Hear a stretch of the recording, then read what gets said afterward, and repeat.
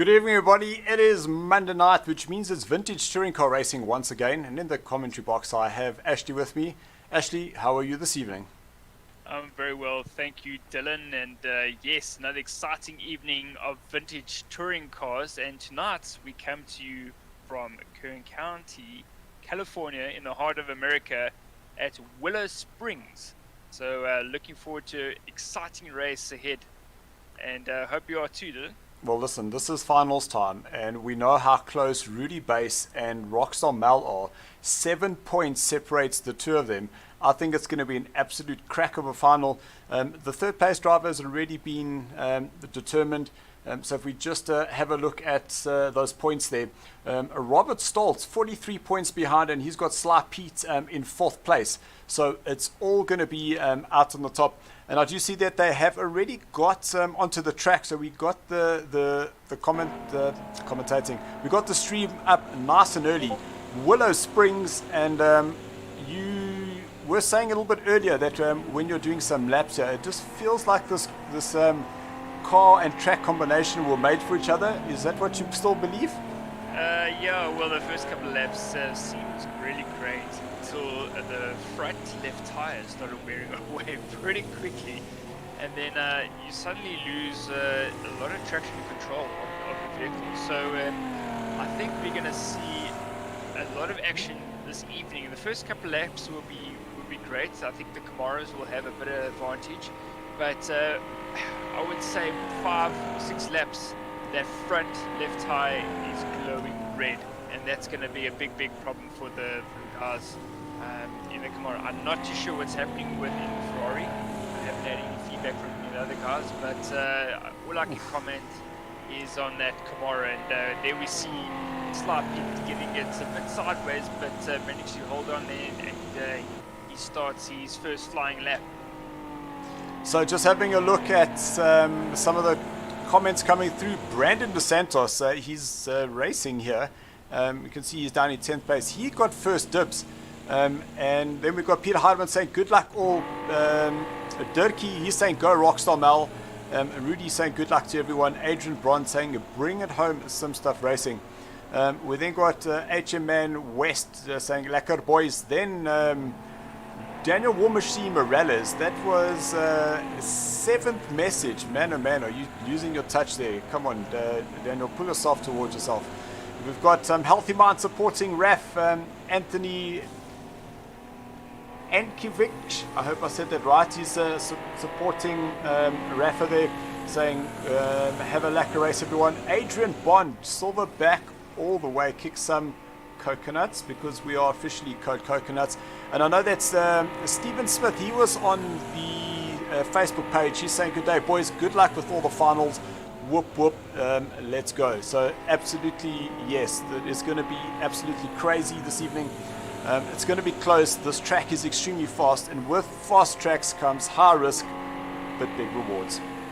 I'm just watching this battle being qualifying here between Rockstar Mel, Brandon Santos and Sly Pete, and you can see the top 3 there are as follows: Brandon Santos, Rockstar Mel, and so from back to front, we have the drivers there from first to third.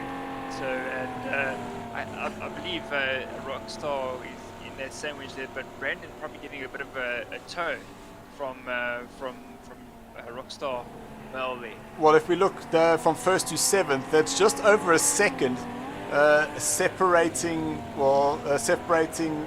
being separated by 1 second. Sorry, I got a little sidetracked. Anthony saying was close enough with the surname. Thank you so much. Oh my goodness. Maybe if you can just spell it out for me in high phonetics so I can put it together. I'm pretty sure I'll be able to get it that time, Anthony. But thanks so much for for not ripping me a new coconut, man. Appreciate it. Absolutely. So now we're watching these guys out in front, the top 3 in picture there at the moment. And I wonder if any of these guys have managed to get a quicker time. I'm thinking probably not with the tire wear. And as I say, that they all go over the line, and none of them have improved And I would imagine, because they're so close together now, that they're actually holding each other up. Whoa! Well, then we see Brandon DeSantos Cheers, Brandon. losing it at the rear, and that's the end of his qualification right there. And still we have Rockstar Mel chasing down Slipey, trying to get past just on the qualifying lap here. And but there we go, to 7th place. There's Roberts getting a 124.9, so he's 0.8 of a second. Then we've got Louis, he goes 0.8 of a second as well. So we've got the first 8 drivers separated by 1 second. Man, oh man, it's going to get very, very close out in front there. absolutely. In shot at the moment, we've got JohannVdV from Simstuff Racing. And hopefully you'll have a better race this evening with not getting any more disconnections as we saw the last couple of races. He comes flying around That's the why! corner. Yo.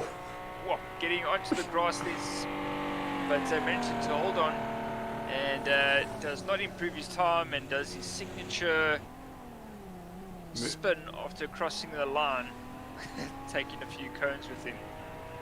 We see Ross, he's just across the line there as well. He was down in 2nd place. He did use some choice words to say that he would be very happy to see this car go. Ross saying that he has not had a very, very successful season. And Terry Wilfred disconnecting. Oh, that's unfortunate, because you won't be able to join the race again. And he will have to do quite a bit of convincing for these guys to restart the session again. So let's have a look to see. Sarge is saying that he managed to get on tonight at least. Albuquerque. So Sarge, we are assuming that you're not well enough to come and race. So you are in bed looking after yourself. Monet Galloway, he's saying, go JohannVdV, Simstuff Racing, and make us proud. Good luck to all the drivers. And Daniel saying, hey Dylan, work has been wearing me out, ladies. 700 vehicles being built per night. And Daniel, War Machine Morales coming directly from the factory out in the USA. So always great to have you with us. The Ford factory, to be. The Ford factory. Yeah. So we're just waiting for those drivers to return to the race center or central.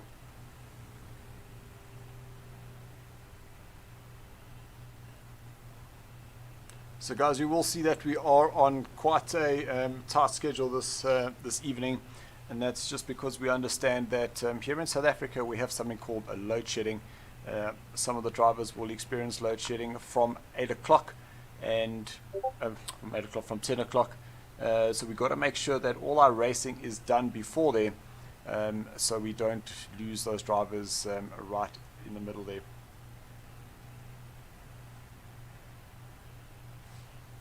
So I'm a bit worried. Oh, there we go. As I said, pick up my phone to give Jacques a call.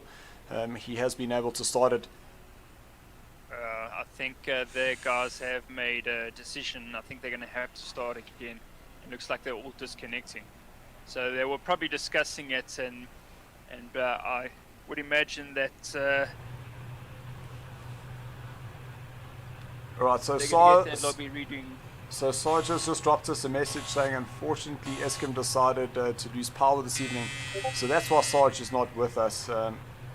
Sorry that is the case. Sarge would have been absolutely awesome to have you racing this evening. So Anthony, yeah, but what you'll notice is that within some of the drivers here is generally they range between the low teens. And they don't really go above the 100 specifically here with us, which is quite cool. We actually have more of a problem in terms of the pings racing on Assetto Corsa because our servers are all sitting in Europe.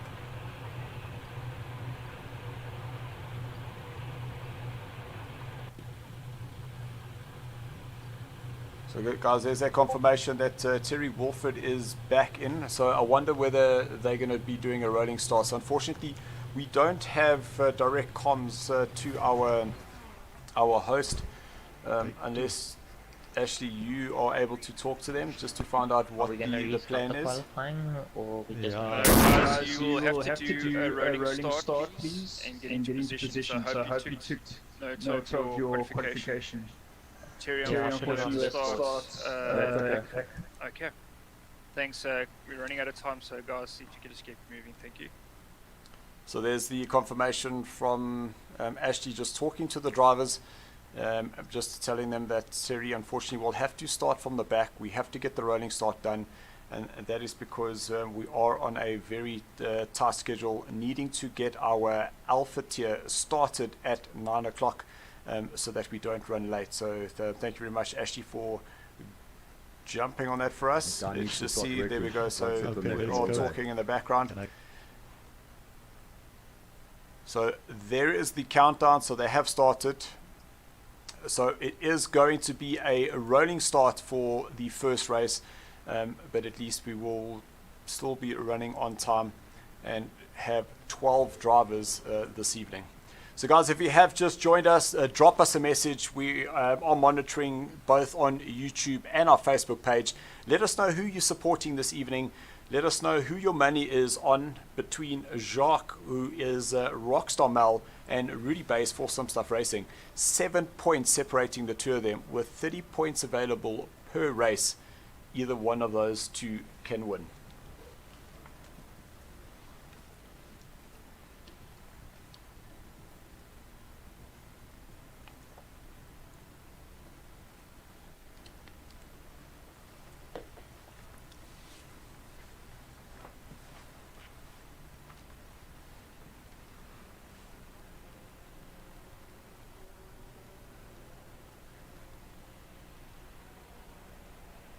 Guys, can you hear me? Okay, so first position is Brandon Santos, then Jacques, then Pete, Rudi in fourth, Johan fifth, Ross sixth, Somi, I think that's Louis in seventh, eighth is Roberts, ninth is Dane, 10th is Silverback MTB, and then 11th is Neil. And then 12th is Terry. Cool. There we go. That was actually just giving the drivers orders in terms of their positions and where they're going to be starting for the rolling start. And it's going to be an absolute cracker. Some more messages coming through. Let's just see the rabbi saying, Lekker Johan, fat fast but. We got Isabel saying, go Rudi, you can do it. And that is Rudi fighting for the championship this evening. Anthony saying, GL lads, have fun and hope for a smooth race. We are hoping for that too. Anine Galloway, she's here this evening as well, saying, go JohannVdV, Simstuff for the win. We can only just wait and see. Just remember guys, 2 heats this evening. Each heat 30 points are up for grabs for the first place driver. Second place scores 25, and then so it starts a sliding scale on the way down.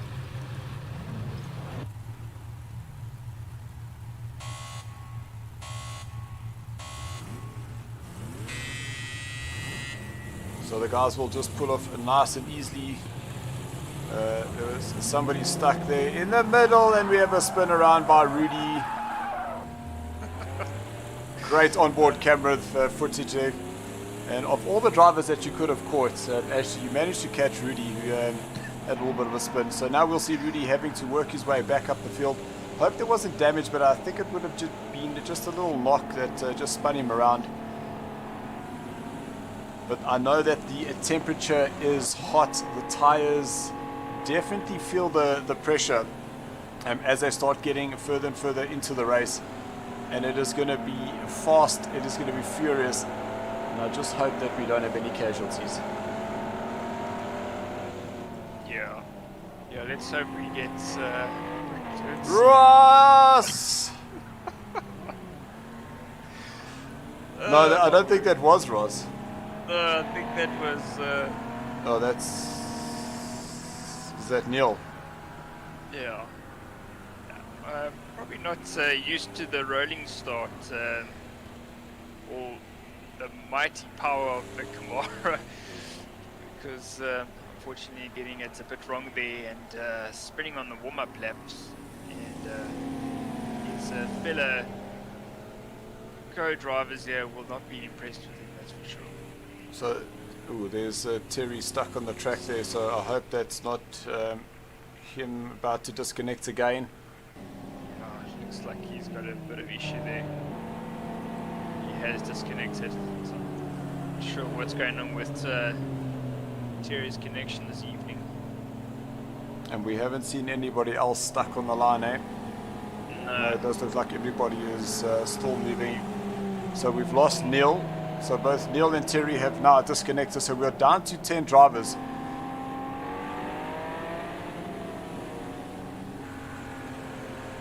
So there is Brandon Dos Santos out in front as he crosses the line, and we are officially racing here for the heat number 1 for the Bravo tier. And as easy as this track format looks, it is not the easiest track. It is so sensitive to exit speeds, making sure that you get a good drive out, and the slipstream definitely comes into play here. As we've got Johan up into 6th place, he has been able to keep Ross behind him. As we jump to our race leader now, heading back up towards the Budweiser balcony, you can see as he turned in there, that's turn number 3, how that car just floats through the corner. Pete was very wide there coming out of turn number 4, and now down the hill as they head over the Monroe Ridge. And Brandon and Rockstar Mel very close together. Pete on the outside, Rudi trying to look for a way past him, because remember, Rudi's currently ahead by just 7 points. Apologies. Is that the wrong points? Oh, we see Brandon getting it a bit wide there, going onto the dirt, and that's going to lose a bit of traction. And let's see if Rockstar Mel is able to capitalize on that mistake there. Doesn't seem like he has. It actually looks like Rudi and Pete have caught up on this battle. So you probably find that Rockstar Mel just gave Brandon a little bit of space there, knowing that he was on the outside, and was just perhaps waiting for that spin, and that allowed for the 2 guys behind to catch up. So now Rudi moved up into 3rd position. He's all over the back of the front leaders and looking to get past Rockstar Mel. Going on the inside, we'll see Brandon getting a bit loose there, and a good battle between this top 4 at the moment. And that is one of the challenges about this car, is that once those rears start lighting up, you lose that grip, and you can see Brandon is really throwing that car around. As Rudi gets a whole bunch of tank slapper, which now releases Pete back up into 3rd place. But right behind Rudi now is Ross, so he's moving up. We've seen JohannVdV, he was up into 5th place. He's now dropped down into 8th, but he's not quite out of it just yet. As they come around the last corner, this is called the sweeper, and that corner goes on forever and ever. Absolutely, that's and I think that's one of the corners here this evening that's actually causing a lot of wear on that front left-hand tire. It, like you say, it just seems to go on, and then you got this next one, which is just as long, and the combination of these corners definitely playing a role with the tire wear this evening. Because what happens is it just doesn't give your tires enough time to cool down, because here at Willow Springs it is extremely hot. We are in the desert, and we are at higher altitude than I think a lot of the tracks that we've participated at during the season. And it will make a slight difference, I think. Oh, there we see Brandon Dos Santos losing the back of that Camaro, and now dropping way down the field. to 7th position at the moment, 8th. So most unfortunate, Brendan was leading the race, and this is what we spoke about, you know, some of the races during the season, that Brandon is extremely quick, but just hasn't been able to capitalize on his performance so far, and unfortunately making a mistake there and dropping way back to the back of the field again. So currently Pete in second place, who's in shot. Ooh, and you can see how those guys coming out of that last corner, don't think any one of them are feeling comfortable, because that car is looking very, very loose. A 124.9 for a Rockstar Mal out in front. He does have Rudi in third place. And just a reminder of what's happening in those points is Rockstar Mal has 7 points ahead of Rudi. Then in third place we've got Robert, who's 43 points behind Rudi. But then we've got Sly Pete in fourth, who does have an outside chance to get some points and close up 13 points over Robert to possibly take a third overall in his Ferrari. I must say he's looking mighty solid this evening. Ooh, he goes a bit wide, as I'll say that. He goes a bit wide and loses that position to Rudi, but I still think that the Camaros have the upper hand this evening on this track. But what's going to happen when those tires start lasting? 100%. Exactly. So yeah, we still have a long race ahead of us. We haven't even reached halfway yet, and you already can see how the Camaros are struggling with grip at the moment. And I think that's where the difference between the Ferrari and the Camaro is going to come into play. So coming out of turn number 9, you can just see Pete able to take a much wider line. And look in the background there, that is the 4th place driver Louis, who's now getting himself right up behind Pete. So a 1.5 seconds separates as Rockstar Mal goes a little bit wide going into turn number 1. That is through the Castrol corner. Now they head into the Rabbit's Ear, and this is a long right-hander that if you get your exit wrong, you'll see as we see Rockstar Mal doing a little demonstration for us. He's going to have Rudi now on his outside. Will Rudi be able to put it up on the inside now, up into turn number 4? Yes, he does. So Rudi's now moved himself up into first place. Rockstar Mal in third. Then it is Pete, followed by Louis.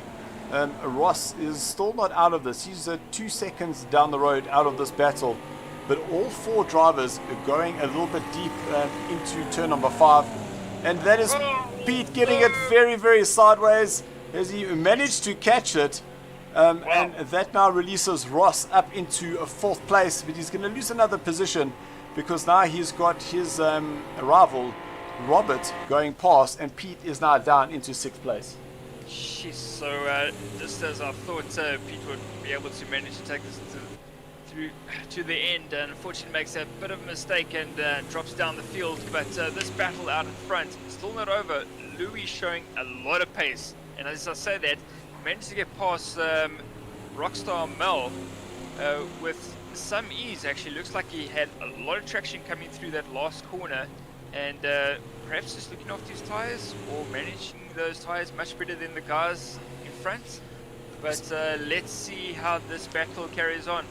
I think we in for a thriller for the last couple of laps of this race. And the longer that those two, or these 3 now fight in front, the easier it's going to be made for Ross to start catching up. While Rudi and Louis are in the 24.8 and 24.6 for Louis, Ross about half a second off that pace. And I'm pretty sure that he's going to start learning from these guys. As you can just see how deep they go out of turn number 5. So the cars are heating up those front tires going in. They are experiencing a little bit of understeer. And it's all going to be about who can maintain the tires, who can keep their grip out in front. But this race is definitely not done. No, for sure. Just dropping back to 6th position. So Sly Pete managed to go that's Ross off. Was that Ross going wide? Yes, doing a bit of farming, and as I say that, so does looks like Robert. So Ross loses a place to both Robert and Pete is fighting as hard as he can, getting that Camaro right up the back of Robert. So we jump back to the front, and Rudy's starting to open a little bit of a gap here between himself and Louis. And Rockstar Mal, you can see out of the three, he was the slowest there by 0.7 to the driver in front of him, and just over a second to the first place driver. Now very, very congested here in the midfield. That's Ross going wide, but now this is the battle between Robert, Pete, JohannVdV, and then Ross. Oh, there we see somebody going wide there. I think that was Rockstar Mel. Oh, and he's put it onto his roof. So not sure what happened there. I just saw him shoot across the track. It looks like he hit that embankment, and the car has rolled, and he's picked up some serious damage. So that's dropped him right now to the back of the grid, and I'm sure he's going to battle to keep that car in a straight line. But that has opened the gap now for Robert, and Robert's now moved up into third position. And would you have a look? Suddenly, Ross is up into fourth. So I'm not sure what's going on here, but all sorts of action happening in this race. Yeah, we didn't quite catch that, but what I'm assuming is he went up over the Monroe Ridge, just got it a little bit loose, that rear then settled, got the grip, and then just pushed him straight off the track. But I'm sure we will hear from him, because he will be our race director for the Alpha tier starting at 9 o'clock. So we'll definitely get that done. I'm not sure what happened to Louis, but now he's dropped down to fourth position, and that's moved Ross up to third, and Robert into second. So it just shows you what's happening now is those tires are getting tired. They are overheating, and the guys are just pushing it too hard, and as a result they're making these mistakes. And this is what I also picked up while doing a couple of laps earlier. The tires here are not going to last. So then, Ashley, what do you anticipate you doing for your Alpha tiers? Rudy, Robert touches that inside curb coming out of turn number 9. That is extremely dangerous. Do you go and try and push, or do you just hang back, allow some of those mistakes, or do you just go as fast as you can and just hold on for dear life? And hold on, exactly. I think that's probably the best option, because with the likes of the Marius, you got Jakes, you got the Lendl, you got Brandon. Just to mention for Durkee, it's going to be an absolutely crack of the race, with the guys pushing as hard as they can. I don't think it's going to be very easy to preserve your tires. I think you're going to want to push right from the beginning and then just hold on till the end of the race. So here's a great battle for a second and third place, and that car, Ross's car, just twitching left to right as you try to get that power on coming out of turn number 5. And in the background, that's Louis. He was up into second place. 3-second penalty for Rudi, 1 second there for Ross. So Ross is going to have to get past Robert, as he does, and then some. But that was very, very sneaky there for Ross. Our Scottish international just puts it up on the inside and moves himself up into a second place. But Robert not letting him get away. Looks like he's got the slipstream advantage. But now Ross will defend going into turn number 1. And it is so tricky to go side by side here into turn 1. Even though there's a little embankment there, it doesn't really help you to throw these heavy Camaros through there. No, for sure. These Camaros are basically mini tanks, designed in an era where there wasn't really thought into slipstream or anything. It was just basically pure muscle and grunts and not much else. And it just shows you how these vehicles are slipping and sliding around here, those tires going off pretty quickly. But out in front at the moment, still Rudi with a 9-second gap, or a 10-second gap now. So seems to have found a bit of a rhythm, and I guess not pushing so hard and just looking after those tires, and it's allowed him to carry on pushing those times. I see his last lap there, 1:24.6. Let's see if he manages to improve that time as he crosses the line now with a 1:24.7. So really very consistent, on the same pace, very consistent, and I think that's definitely making the difference here this evening. So we jump to the battle. That is second, third, and fourth place. 3 and a bit minutes to go. So we should get in. Currently at Rudi's pace, we should get in 2 laps. So it is going to be a fight to the end between Ross, Robert, and Louis. And then Johan, he's in 5th place, currently the fastest of the Ferraris. Brandon De Santos, we saw him lose it earlier on in the race. He's down in 6th. Then Rockstar Mal, huge off there for him. Then that is Raf in 8th place, followed by Dane in 9th. Yeah, so we have lost a couple of drivers. And most unfortunate, but nevertheless still a great battle out here in front. And I see Brandon Santos is also, oh no, sorry, he's in 6th position, so relatively good comeback there, because he dropped way down the field and has managed to work his way up into 6th position. So not a terrible result there, because that means that he will start on pole position for the next race, with JohannVdV from Simstuff Racing starting behind him, and Louis in 3rd. And I think that Louis will be very, very happy with that, and that's because he has shown a lot of pace here.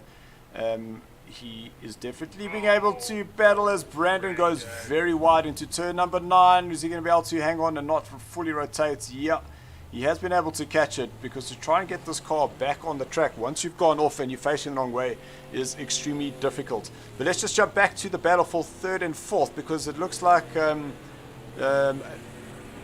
Louis is right on the back of Robert, and as we say that, Robert goes off. Oh, so word. That was a little bit of pressure there being applied there by Robert. Applied there by Louis on Robert, and Ross, he spins Ross. it out. So Ross now down into 3rd place, and looks like Robert will be able to go around the outside. So Ross now down into 4th, and Louis is back into 2nd place. So just a bit of a couple of corners, and suddenly we have a complete mix-up of positions again, and it just shows you how interesting this last race of this championship has become. Talk about wanting to win it. It looks like this is trying not to win. But I think what's happening is the guys have been pushing so hard for so long, especially having the battle that these guys have been doing, is that it must be so difficult to try and preserve tires when you're physically racing for a 2nd place position. So anything is bound to happen. No, for sure. And it is the last race of the season, so well, the second one of this evening. So the guys will be trying their utmost best to close on those final points. And we saw Robert go wide there earlier on, and he's done exactly the same thing, which now releases Ross back up into 3rd place. We know that Ross has got himself a time penalty. We can just bring up those time penalties quickly, because if it's a 2nd, that Ross might just be able to sneak away with this podium.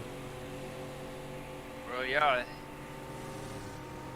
But where is Louis? Also got a 2-second penalty. So that is the race complete. So I thought that Rudi would be able to get another lap in, but he unfortunately hasn't, And that has concluded the first heat. Probably fortunately, because I don't think those tires. You may have just backed up at the end there just to cool those tires down completely. Oh, did Johan even make the line there? Yeah, he has. Do you know Johan special crossing the line in spectacular fashion? And in sixth position, Brandon Santos managed to holding on. Ooh, I better wait until he crosses the line before I say it. But managed to hold on there onto that sixth position. That'll put him to pole for the next race. So he can't be terribly upset about that. And is that Raf? Yeah, that's Silverback, that's Raf. Raf in seventh position coming through. A relatively quiet race for him, didn't really see much, unfortunately. All the action was out in front. And crossing the line there in eighth position is Dane. Rockstar Mel with that unfortunate incident wrecking his vehicle. He comes home in ninth position.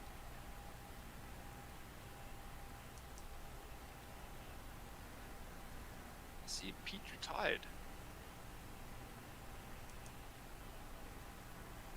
I wonder whether he went off quite spectacularly and got some damage and decided that it wasn't worth continuing.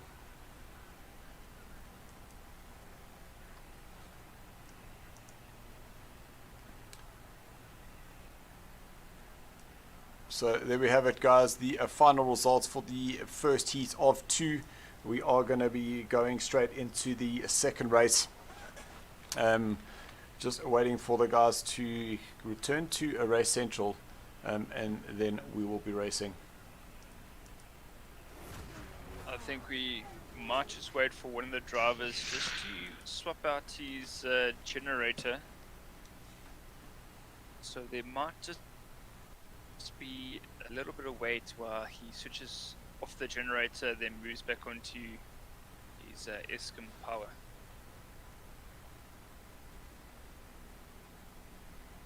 So actually what I'm going to do is I'm just dropping those final results in the Monday night so that the guys have their positions.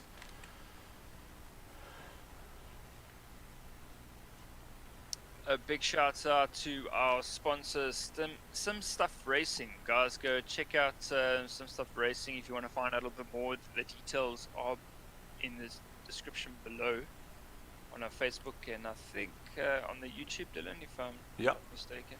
The details to get hold of JohannVdV are all there. If you'd like to find out more, you are able to check it out. But while we talk about Simstuff Racing, let's just show some of those items that they have on offer.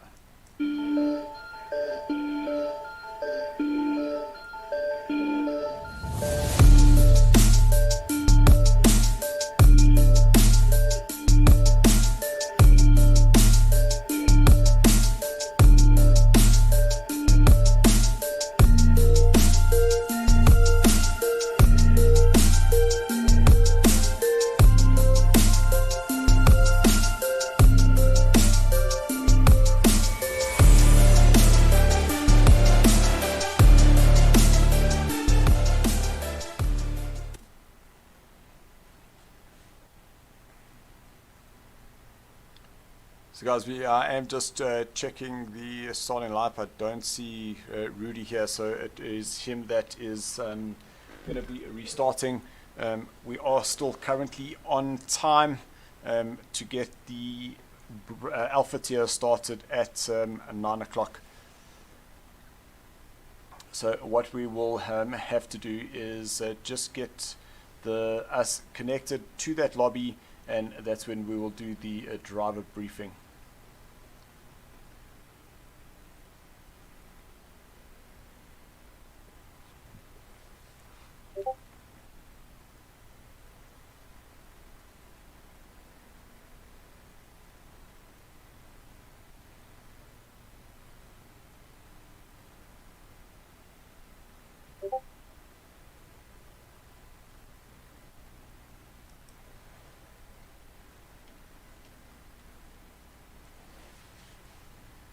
So actually an absolutely crazy race. I cannot believe that the positions changed so often, but really, really awesome to see the fact that it was the drivers going off by themselves, not really being helped or any contact. It's just that pure pressure, the tires overheating, and just wonder what's going to happen now for this next heat. Yeah, I guess they would be a little bit wiser, and I would imagine they would take it a little bit more easy. But you know, any race driver would tell you it's when you get behind that steering wheel, all you want to do is push as hard as you can and to get ahead of everyone. So I think possibly different strategies playing out for different people, but I think we're still in for another crack of a race. So just reading some of the messages that has come through. Agent Bond, he's saying welcome beer, and chicken flag. So Rudi is back. So we are able to vote to start. So I've given my thumbs up there, so we are able to go.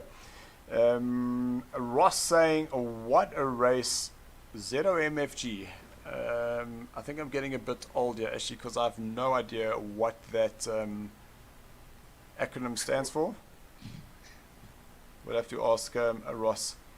Close one, Johan and Robert. Adrian saying, a nice race, everyone. Sarah Bond saying, Raf, well done. And Anthony, sure guys, pushed it today. Nice race, guys.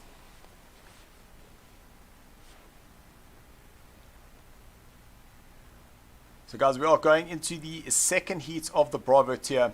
We will have the Alpha tier invites coming out shortly, and as soon as we get into that, we will be doing the drivers interviews during the qualifying, and that's just so that we are able to save some of the time. We are trying to get a 10 o'clock cutoff just to help some of those drivers that are expecting a load shedding to kick in at 10 o'clock.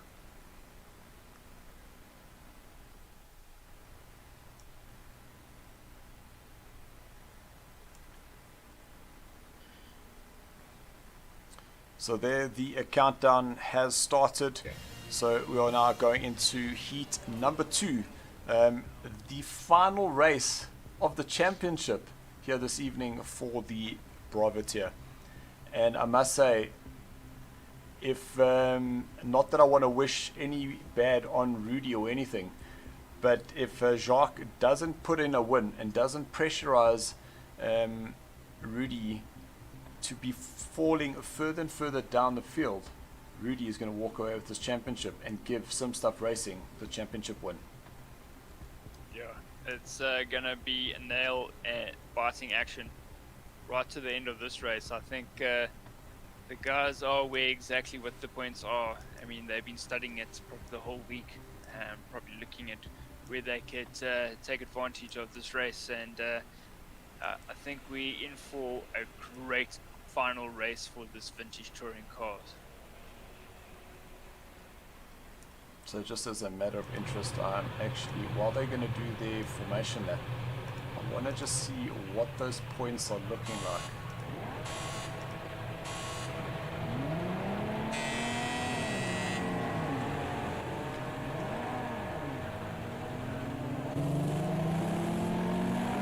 Guys and girls, what's happening at the moment is drivers are getting position for the second and final race of the Bravo tier this evening.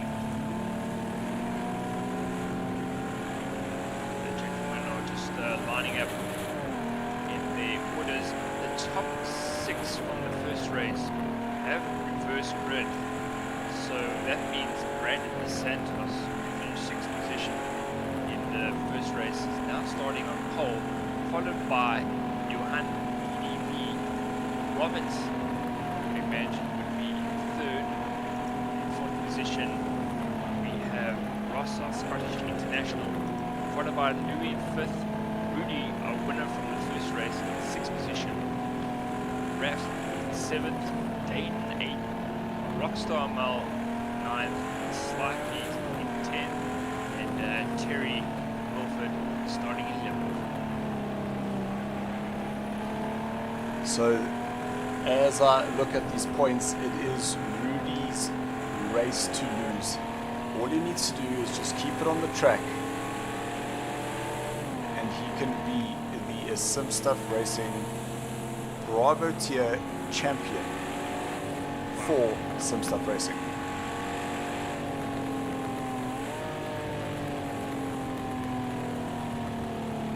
Okay, so the guys are now lining up, heading into the last corner, turn number 9.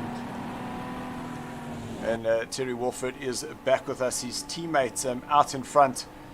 And we have very clear instructions that the guys cannot overtake unless they have crossed the start-finish line.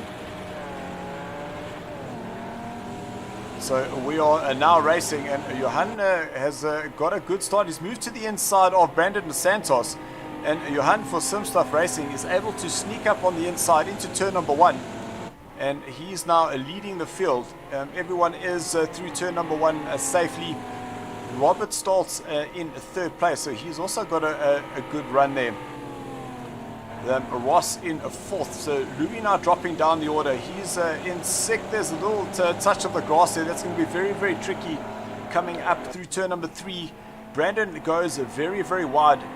Robert now might be able to go around the outside, but not close enough. Brandon did get a better entry into turn number 4. But I'm pretty sure that Johan is not going to be wanting to look in those mirrors of his. As Ross goes very, very wide there, going down into turn 5. Now across the Monroe Ridge.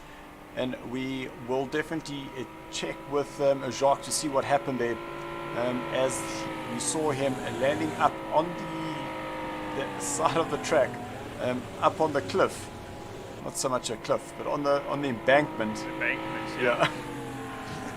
I get what you're saying, Dylan. Whoa, Brandon dos Santos getting a bit out of shape there, getting on the grass, and that's allowed for JohannVdV just to open that gap again. And look at now, that's Robert, who's now looking on the inside. So Brandon on all sorts of pressure at the moment, and not getting away from this battle between himself and Johan and Robert. It looked like Robert was being very, very cautious there, allowed Brandon to come up, but now Robert's going a little bit wide. Ross now looks to the inside with Rudi on Ross's outside. They now head back up the hill through turn number 3. That is 1st, 2nd, 3rd, 4th and 5th, separated by 1.5 seconds. That's how close this battle is, and Robert has done it again. He's definitely been battling with the exit of turn number 5, and he's now dropped down into 9th position. That just shows you what a little mistake can do, and it has created a lot of position losses there. As Johan holds that inside line, Brandon looking left and right as Johan gets very, very sideways on the outside. Brandon now tries to avoid him, so he unfortunately goes very, very wide.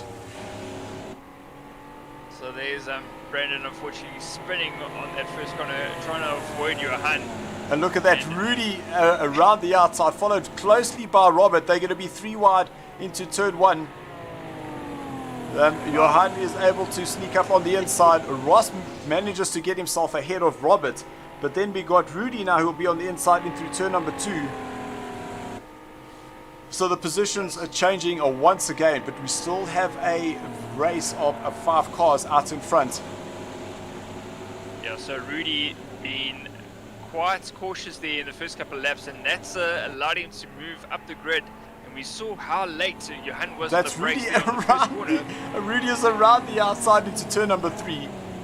Goes around Johan, so he's now out in front. This was all a strategy from Johan to get out in front and just hold out the pack a bit so that his teammate Rudi can get past.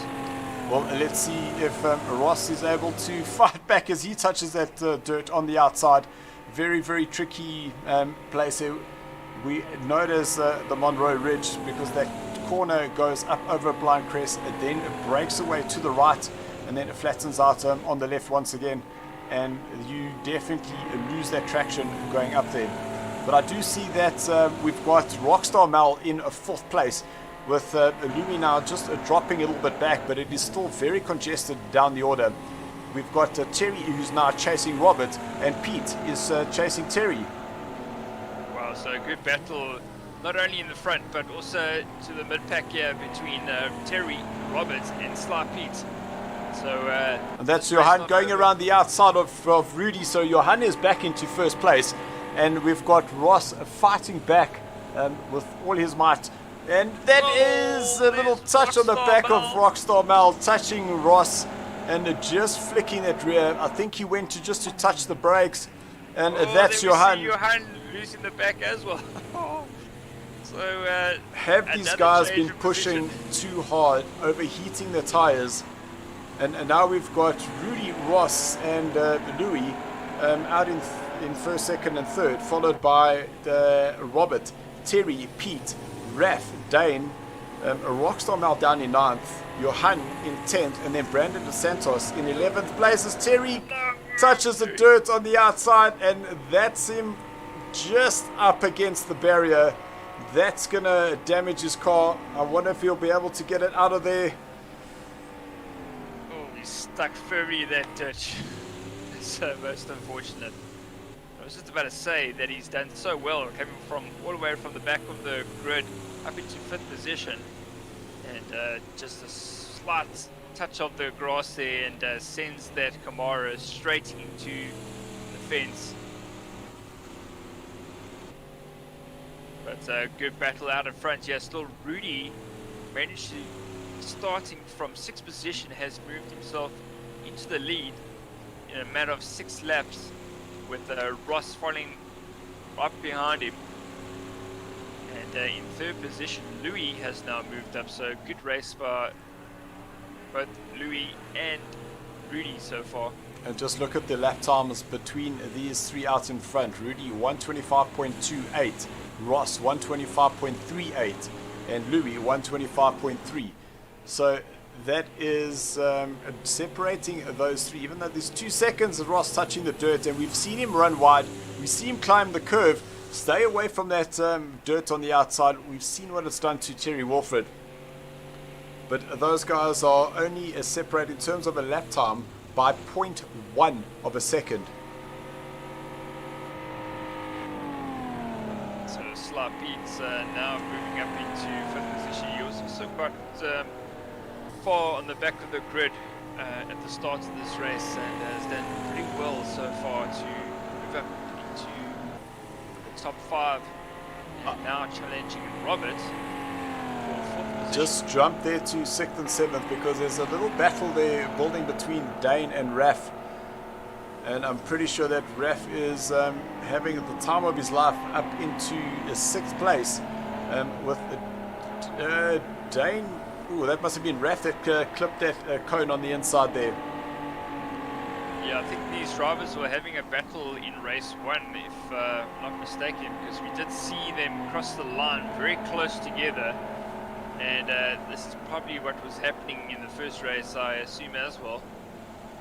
So a nice battle between the 2 Ferraris.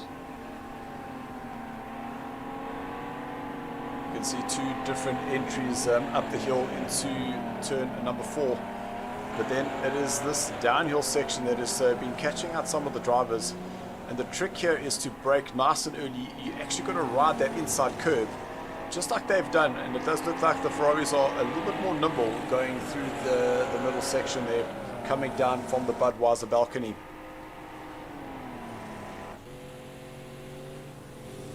So this battle out in front still going between Rudi, Ross, and Louis. On that time around, looks like Louis with a quicker time. So Louis starting to catch these guys out in front, and we saw how quick he was in the first race, but unfortunately made a mistake that put him back a bit, but making much better progress in the second race. Oh, that's Ross going wide. That's going to allow Louis to get right up behind him. And you can just see that that little mistake cost Ross, because he missed his braking points going into turn 3. He's now had to change his exit going down the hill, which has now allowed Louis to close up a little bit more on him. But that's, Rudi goes wide, Ross goes wide, and Louis, I think he smells blood in the water. He's kept that foot firmly planted, exiting out of turn 5 and going up over turn number 6. Just to see Rudi out in front, just following that pattern from the first race, just taking it easy with those consistent laps, keeping it nice and smooth, and slowly opening that gap between himself and Ross. But here comes Louis now, picking up a bit of slipstream from Ross and closing it quite nicely.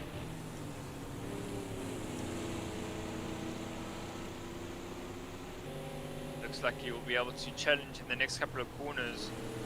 Getting really close to the back of Ross, and you can see Ross is probably looking in his mirrors and notice that he has the big number 11 Camaro right on his tail. And you'll see that the battle between Pete and Robert, that's still happening there. What's that, 0.012 of a second separates them in terms of a lap time the previous time round. So Pete and Robert having an absolute crack of a battle here for their last heat and last race of this season 2 here at SARCO. Season 1. This vintage touring car, that's Raf, who got very, very sideways going down the hill. And Dane was able to sneak past. But now he's going to have the Mal Jacques behind him, looking for a way to get past. And just a little slip of concentration. And Raf turned in too soon down into turn 5, and I see Raf is very, very sideways. That's Raf off. That's Robert off as well.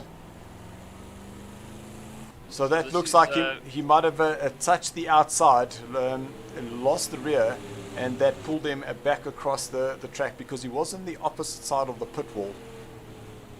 So that's move Slap Pete's. I think his Slap Pete was already in 4th position there, but that's released him that pressure that he had from Robert, and moved him up to 4th position. You see somebody else is disconnected. I'm not too sure who that was. That was Raf. So Raf has disconnected. Most unfortunate because him and Dane were having an epic battle there. So guys, we've got 5.5 minutes left of this race, and we will be jumping to the Alpha tier pretty quickly, and we will do the drivers interviews during the qualifying. We will keep the qualifying up on the screen, but we will be talking to our drivers just to make sure that we do start on time and get to finish the racing by 10 o'clock.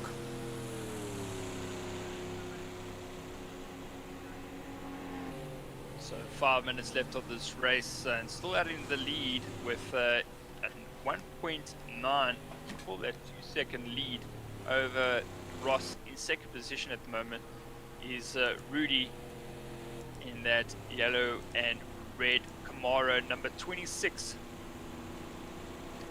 And if he can hold on for another 4.5 minutes, he'll have a 2nd win of this evening in the bag, and possibly the championship. I would say that would be a definite championship win there.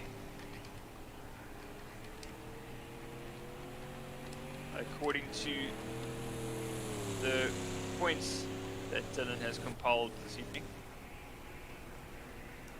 So you like that, Dylan? I'll steer it onto you. So if he doesn't win, then it's your fault. That is correct. Well, as it currently stands, that Rudi will be the championship winner, and that's because he came into this final heat having a 23-point lead over a Rockstar Mal, and we see Rockstar Mal down in 7th place.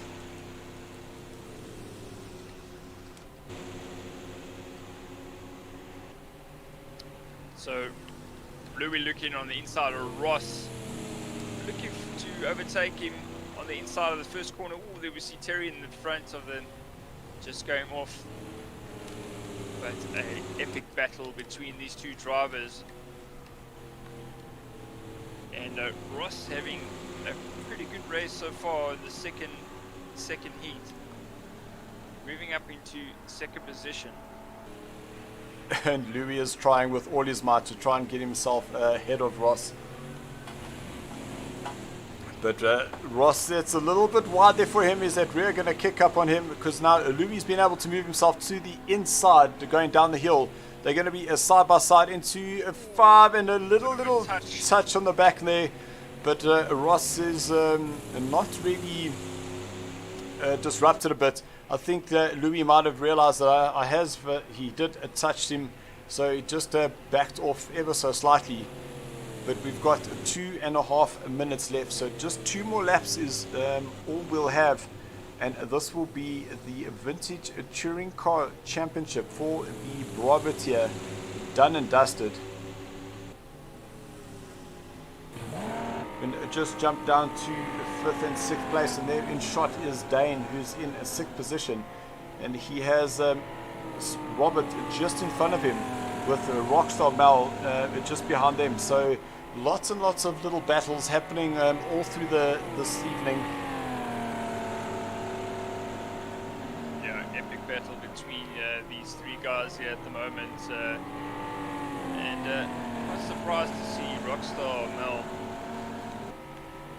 at the back of this pack. Just shows you how difficult it is to get past, especially with the tyres performing like they have been this evening.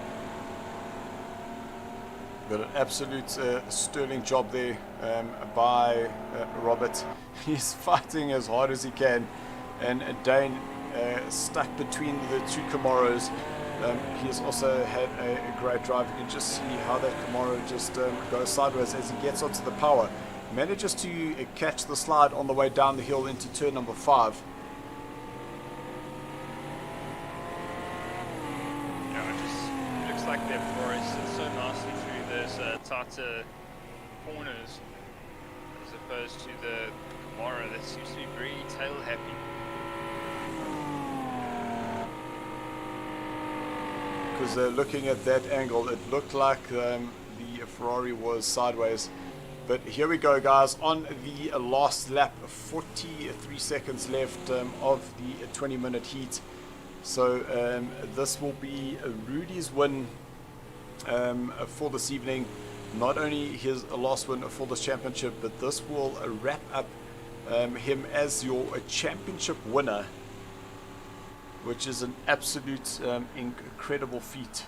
Just looking at some of the caliber of drivers is that we've had Rudi has been an Alpha tier driver, Ross has driven in the Alpha tier, Pete has driven in Alpha tier, Robert has driven Alpha tier, and Dane has driven in Alpha tier, not to mention Johan and Terry have had championships in Alpha tier. So you can just see the caliber of drivers that, even though we're calling them from the Bravo tier, it doesn't mean that the racing is any less exciting or any less challenging.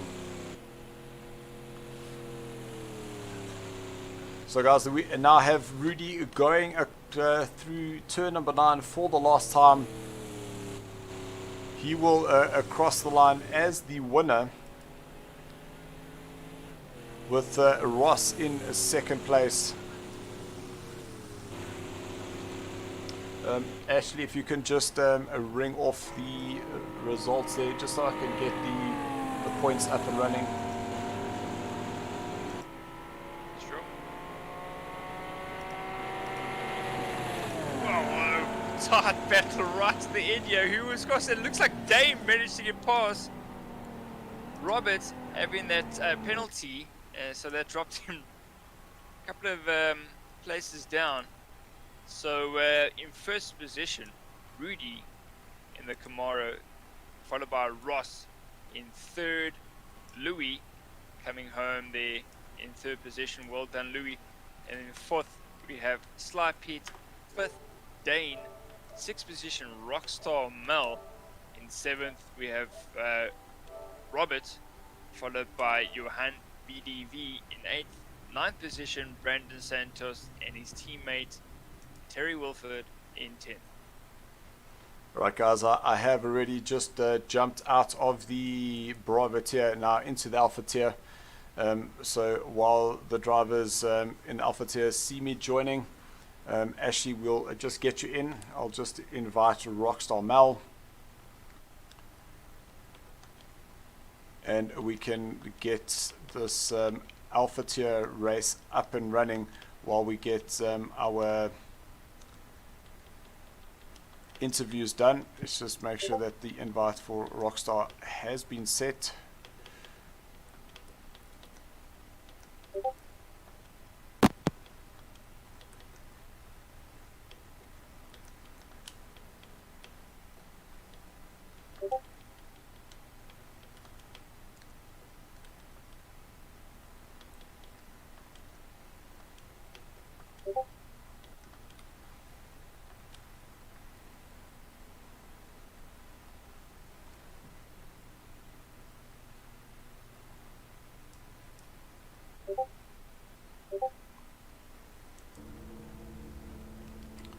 Right, Tyler, we're just waiting for Rockstar Mel to join us, and then we can get cracking.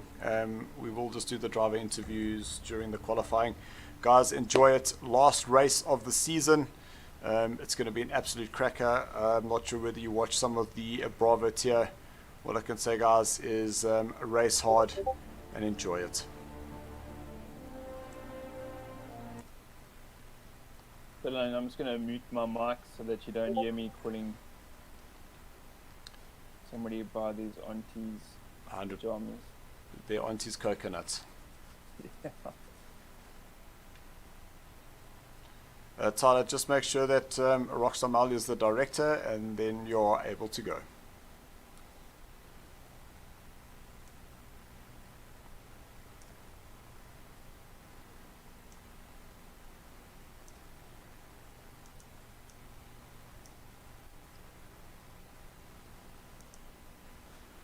So guys, we're just finishing off the final points so we can get our evening winners up into the lobby this evening.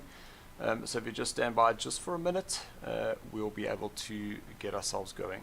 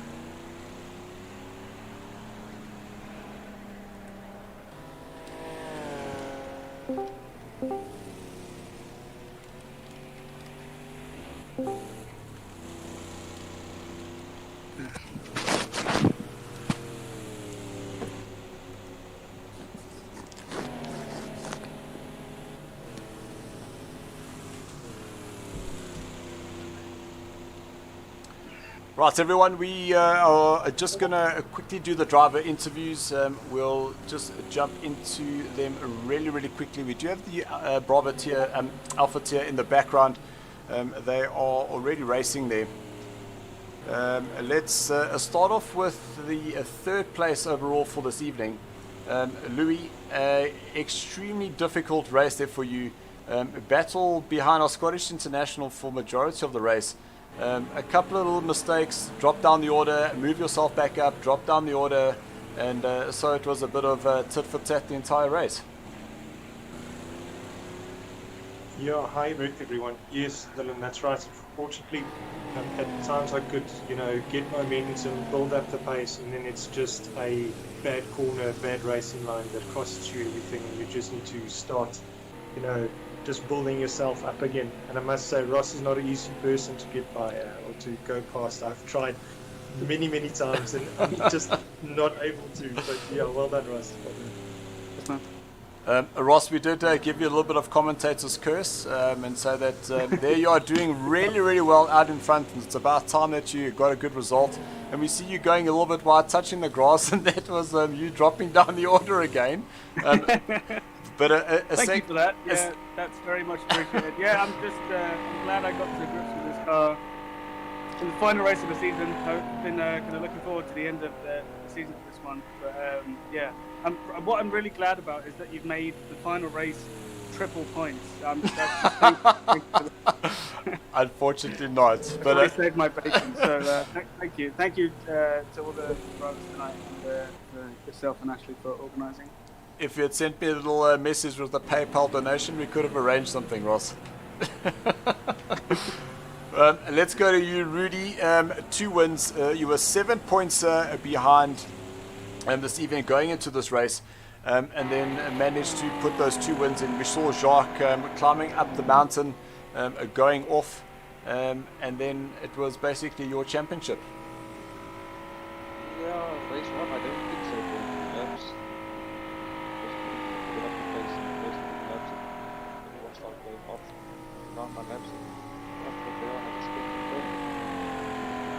An absolute great performance there for you, and congratulations to your team Simstuff Racing, up on the podium and walking away with the championship. So guys, thank you so much. It is because of the drivers like you that come back and keep supporting us at SARCO that we are able to just see Brandon Hills getting it very wrong out of turn number 1 and putting it on the inside wall. That's definitely going to hurt.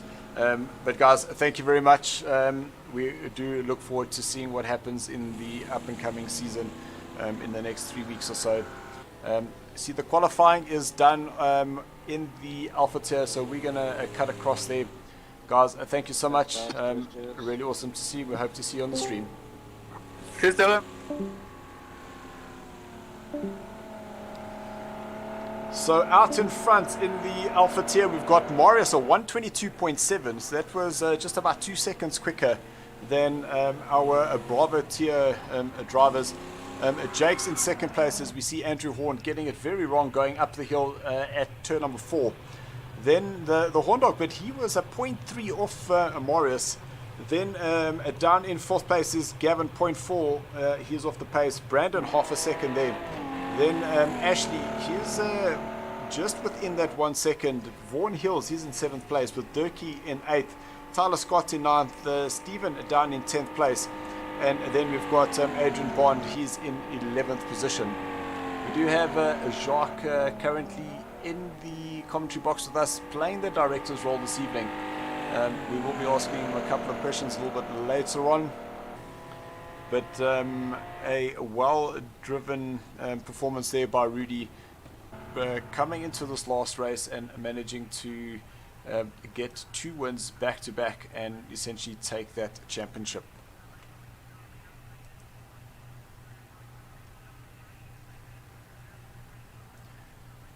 So hello Jacques, and while we're waiting for the race to start, we saw the end of a little mistake. It looks like you might have got it a little bit loose going up the little copy there at Monroe Ridge, and then unfortunately you put it into wall. Was that the case? Yeah, it was down that basically after the copy going down. I was behind Louis. And I stepped out and I actually touched the outside. Yeah, then I went flying up to the sky. Oh my goodness. Right guys, that is the sinking that we have been waiting for. We are racing. Alpha tier is up and running. The final race of the season, and it does look like it's a good start there by everyone. It looks like Brandon or Durkee went up the back of the Horn Dog. But Jake's out in front, Marius is in second place, then Gavin is third, and it's the Horn Dog, followed by Durkee, teammate to Jacques, then Brandon Hills, Ashley, Stephen, Vaughan Hills, 80, and then Tyler Scott down in 11th position. As they head up into turn number 2, this is where it starts getting the concertina effect as the guys start braking, going up the hill towards the Budweiser balcony. Looked like they were too wide in the background. That was Stephen and Tyler. Tyler dropping down the order and changing places once again with Adrian. So very, very close there. And these Camaros go very, very deep down the hill into turn number 5. And that was the section where Andrew Horn has just gone off, and we saw him going wide there and collecting Durkee. That was extremely unfortunate. It looked like Andrew just not being able to keep that car under control, and Durkee, one of the casualties there. So back to the front of the pack, and we've got Jakes and Marius. Marius now going to the outside. Will he be able to take the foster line around Jakes into turn number 1? That is a side-by-side action, and just not enough space there for Marius, so he runs a little bit wide. But look at that, he's now on the inside for turn number 2. So that was an absolutely high-risk, high-reward maneuver, as it looks like Gavin is able to sneak up on the inside of Jakes too. So Gavin is up into second place, and Jakes from first after 2 corners is now down into third. Almost thought when Marius actually touched that outside that maybe lose it, because the gravel here is like rollerblading. And unfortunately, Jacques, you did get to experience that firsthand. But now they head back up over the Monroe Ridge, and Jake's able to get that place back from Gavin. But we've got Ashley in the 4th place, fighting as hard as he can. And then just in the background there, that's Brandon Hills. We believe he got a 3rd overall for his Formula V race this past weekend. So great effort there for him. Brandon currently the fastest hills on the planet, not only in the Formula Vs, but here on our SARCO Online Vintage Touring Car this evening.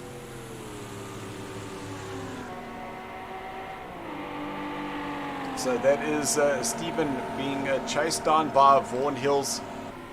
That is the brother to Brandon, as the 2 of them get that Ferrari, the nose down, and that's you can see Stephen hitting the brakes there to try and not get that car to come back onto the track.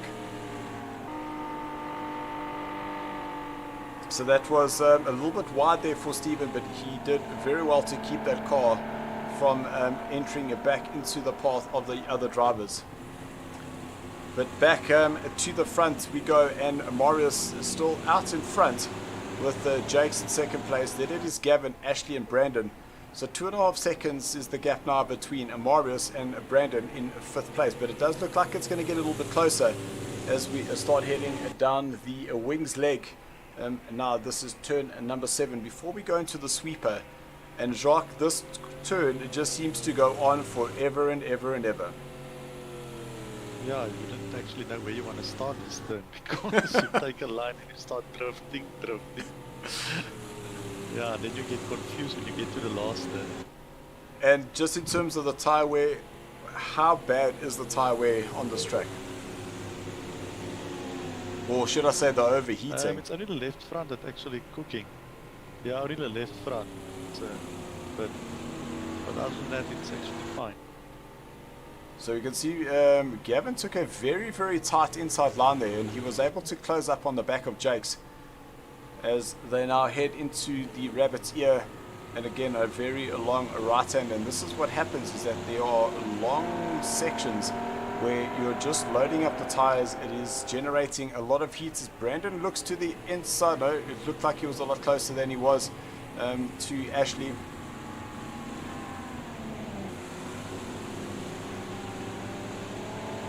But Jakes and Gavin are definitely closing up on the back of Marius, and that corner for me is probably where the Ferrari's able to make up a little bit of space there, because Jacques just going down the hill does that Camaro. It looks like it tends to understeer going into turn number 5 there. No, I must say coming down it's fine. But yeah, that's that other turn. I keep on closing my eyes now. Marius gets through there. That's So as Marius crosses the line to begin his 5th lap, we will have a look at those the times between these three. So 23.3 for Marius, 22.9 for Jakes, 22.9 for Gavin, 23.4 for Ashley, 23.5 for Brandon. These guys are still having at it. It is still extremely close out in front, and any one of these three could possibly still take the win here. Yeah, definitely. Oh, that was Jake's very wide, and I thought that he might return back. There's just something with that angle that looks like the cars are a lot closer than they actually are. And you can see Gavin taking a much wider exit out of turn number 3, which was, I'm sure, hoping that would give him a better drive. But it looks like Jake's actually got the better drive there, even between himself and Marius. So now they head up over the Monroe Ridge. Jake's right behind Marius in that slipstream, and with Gavin just within that second, is that he should be getting some of that slipstream advantage from both these cars ahead of him. You can see both Jakes and Marius very tentative on the brakes there as they prepare to go into turn number 9.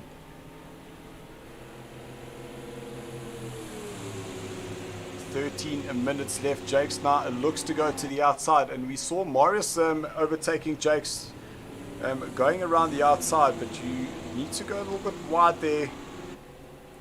So Marius is able to close off that angle going into turn number 2, and Gavin is right back on the rear bumper of Jakes. You can see half a second now separates these three drivers, and Ashley now about 2 seconds. Is Jake's going to try around the outside up turn number 3. That's not really going to work. I thought that might be contact. Now Gavin looks to the inside up towards turn number 4. Marius nice and tight, and Gavin and Jake's just about touching there. So that was extremely close there between Gavin and Jake's, but no contact. If we can just jump down to 8th place there, please, Jacques. You can see a little battle still happening further down the field, and this is between Stephen, the horn dog, and Tyler Scott. So even though they're racing for 8th, 9th, and 10th place, it is still very close. So Stephen getting very, very sideways. We saw, that Stephen losing that rear. We saw a very similar incident there from Raf. That rear just snapped up, put him up on the inside, and he unfortunately spun as Andrew Horn takes the inside line through the sweeper.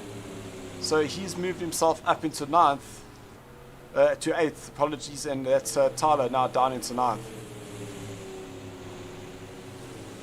So we'll jump back to the leaders, the 1.8 seconds separating Jakes and Marius. And just looking how close are you, you'd swear that Marius has got a tow rope behind that car, and Jakes has got one behind him, because Gavin, Jakes and Marius, a second, well that's 0.7 of a second is the gap there. You can see Ashley starting to lose just a little bit of ground between them. And Brandon Hills is still fighting very hard there. Almost if you can see if they practice together the lines.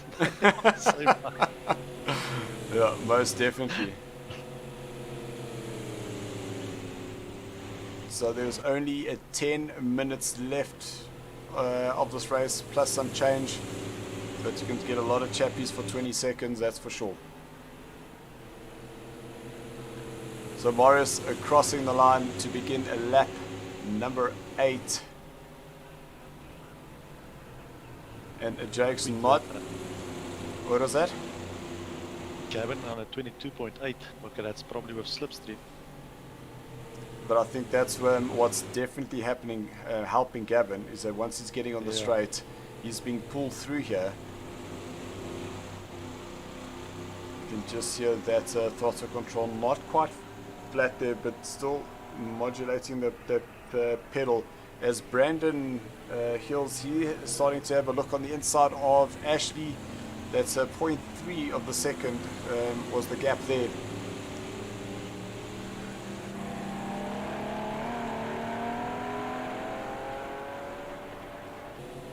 So Brandon not quite able to make a move on the back of Ashley in that Camaro. Brandon, the fastest of the Ferraris here this evening.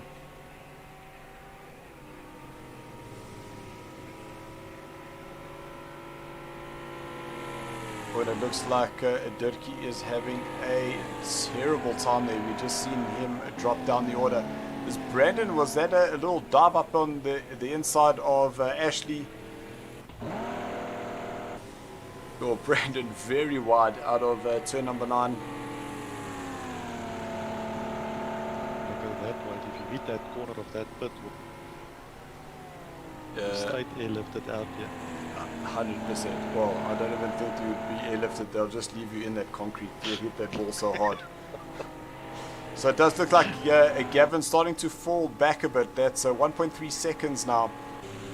So he is starting to lose just a little bit of ground between the two out in front, and that is Marius and Jake's.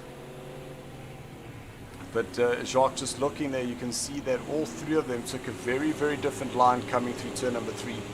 And Marius very close there, touching that curb. That's a pretty dangerous place to get that car. We know that Jacques has already mentioned that you touch the dirt on the outside and it feels like you're on roller bearings. It's catapult you straight. Straight to the scene of your accident. So just having a look at some of the messages coming through. We got HMN West saying, well done Rudi and Simstuff. Isabel Beredis is saying, well done Rudi. Well done Rudi Child. I wonder if that's family. You did it. Rudi commented himself saying, thanks for all the support. JohannVdV, well done to Rudi for the win. Great performance, buddy. Absolutely well done there, Rudi. And unfortunately, Jacques just not able to capture that. Oh, that was Jake's having a look to the inside of Marius. Looks like Marius just closed that door ever so slightly. So Jake's had to just let him go. We can see how close they are now, heading back up the hill. Now into turn number 4. And the pace has been... The left tire is actually still hot if you come through here. I can only imagine. And then all you're doing is you just start heating it up even more, because now you've got turn number 7, turn number 8 and turn number 9, which are all full out right-handers. Yeah, you still put a lot of pressure on that left. Let's see how Marius just flirting with that inside line there. But Marius is a little bit wide, just clipping the dirt, so not quite putting himself in harm's way. But it's 6 minutes left. It looks like Jake's has got a good run on him. Will he be able to go around the outside into turn number 1? It looked like Jake's was not quite confident that he'll be able to carry that speed through there, as we saw Marius did. Cabin, oh, running wide. But it does look like he will be able to just hang on to that place.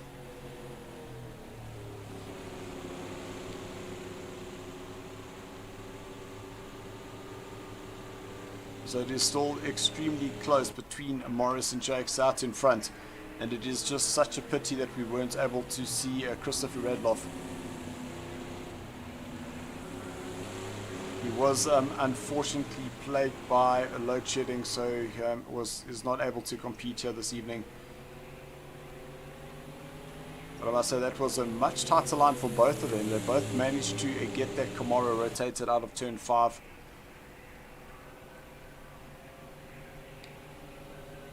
And Jake's trying to stay in the toe of Marius. But this is where we've seen Jakes has been able to come back onto Marius here through turn number 9.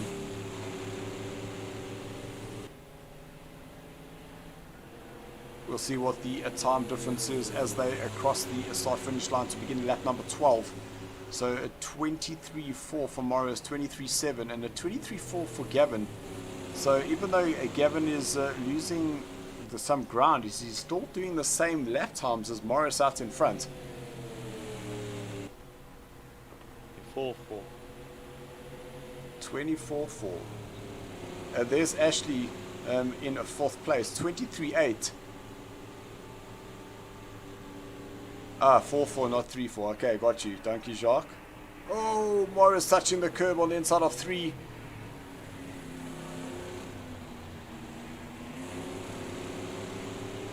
And Jake's still hanging onto the back of the Silverback.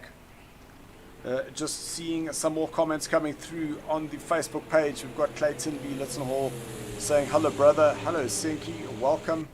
I hope you're enjoying this very close racing effort. JohannVdV just wanting to say thanks to Robert and Louis for all their efforts. Both did great.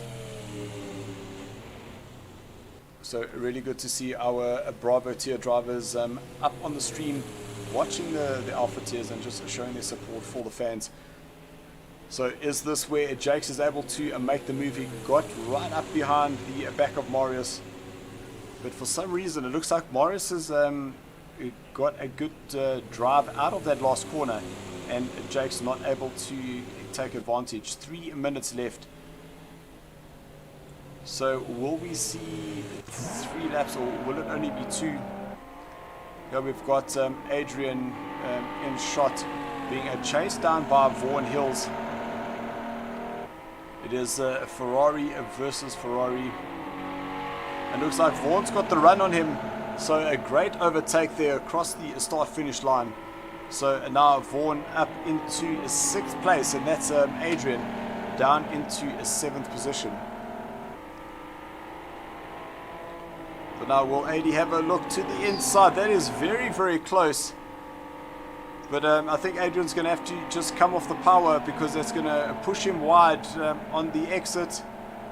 But Vaughan decides that he's going to try to go around that outside.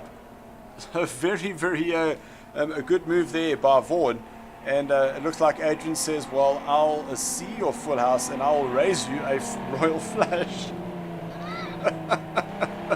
So absolute great driving there between these two.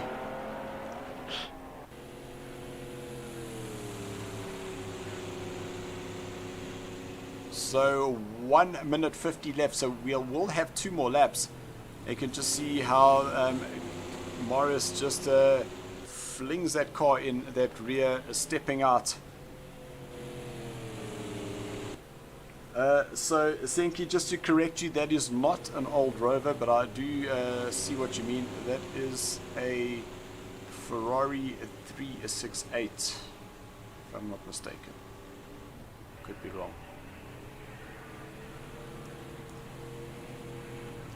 So up the hill, turn number 4, and Marius and Jakes. I nearly thought that was Marius touching that grass.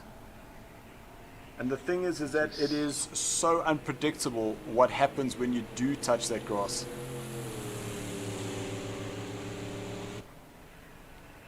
So there we see a Gavin in the background, currently in 3rd place.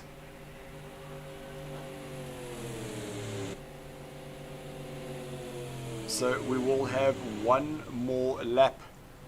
And this is where you can see Jakes is able to close up on that gap on the back of Marius. So this is it. This is now a do or die for Jakes. Will he be able to get around him? It does look like turn 1 is probably the easiest, but we did see Vaughan Hills put it up on the inside through turn number 2. And is that even an option for Jakes? We'll have to see.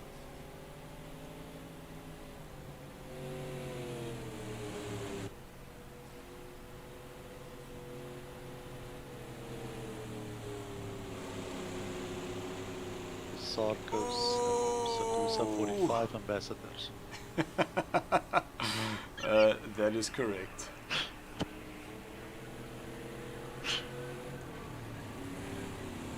So out of turn number 4, Jake's just turning in a little bit too soon, just taking a little bit of dirt, and that's going to allow Marius to open up a little bit of some breathing space between him and Jake's as they go up over the Monroe Ridge. It's like that for Jake. It does look like Gavin and Ashley are also having a close little battle coming to the end of this race.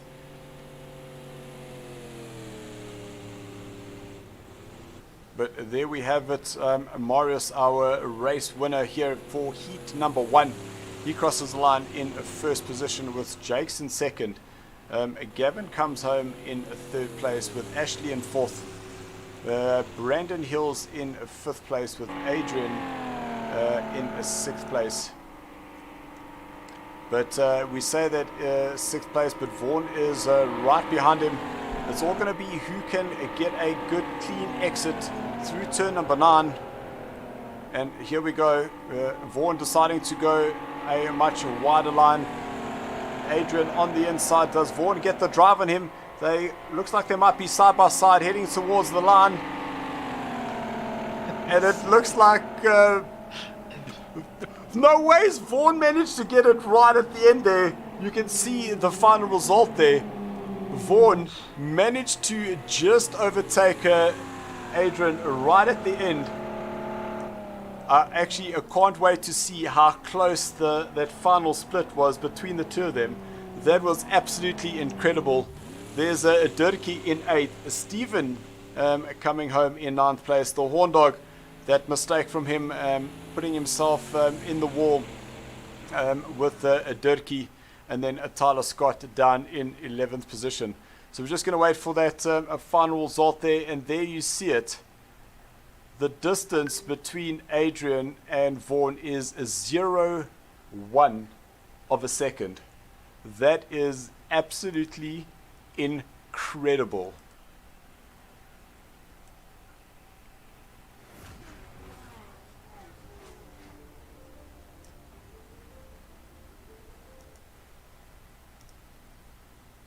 So we're just putting up those final results in the Discord.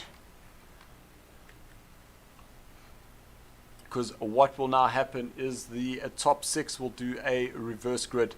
So Vaughan Hills will now lead us away with Brandon in second place. Ashley starts off in third with Gavin in fourth. Jake's in fifth, then Marius down in 6th position. But man, oh man, what a great effort there by Vaughan Hills, going very wide, creating a wider foster line from him, and just being able to get himself ahead of Adrian by 0.10 of a second.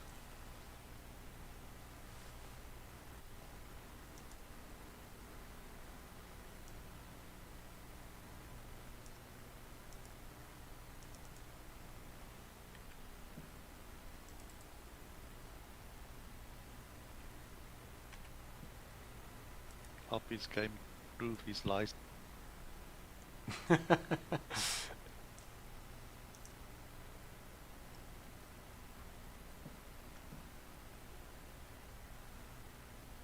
So my brother's saying that was Rover versus Rover. No, it's a Ferrari. But I do understand why it says Rover. It does look a little bit like it looks almost like that old road.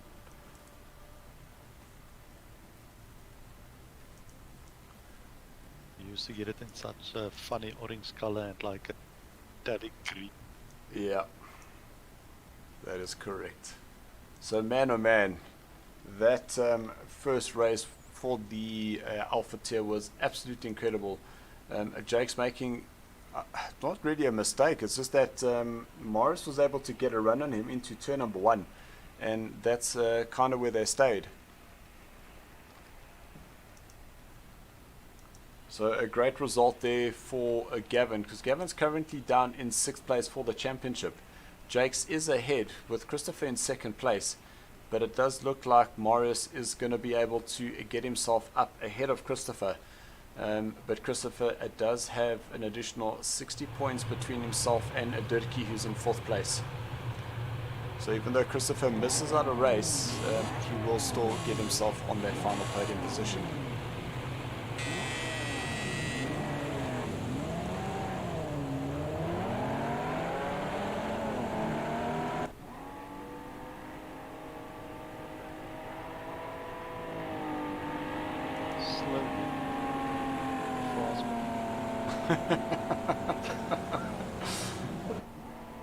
So while the guys are getting their rolling start done and getting themselves into position, just capturing some of the points here so that we know who has won for the evening.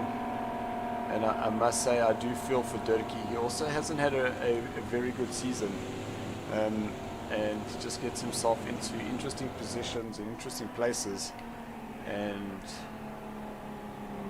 that wasn't his fault coming together with Andrew, but unfortunately Andrew just losing control, that car then snapping back onto the track and unfortunately taking Dirkie with him.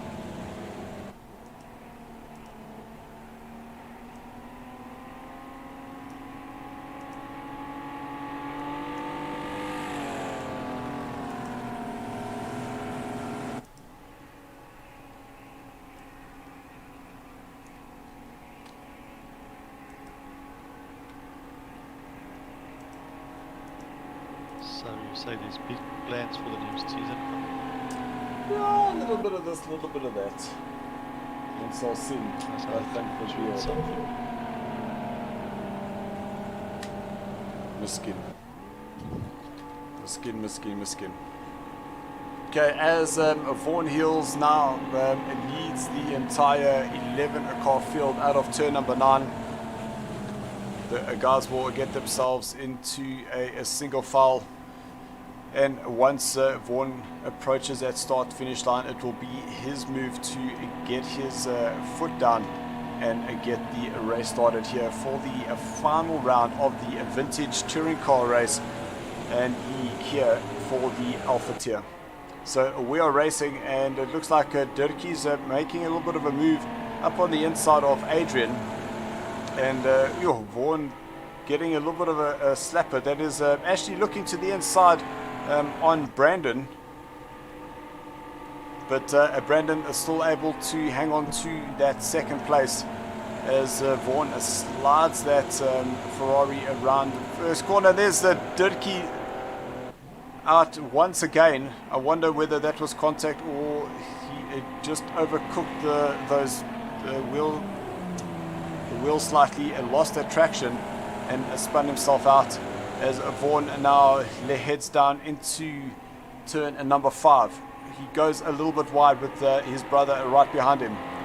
They head up over the Monroe Ridge. It is Vaughan, Brandon, Ashley, Jakes, Gavin, Marius, Adrian, then Stephen, the horn dog, Tyler, and then Dirkie.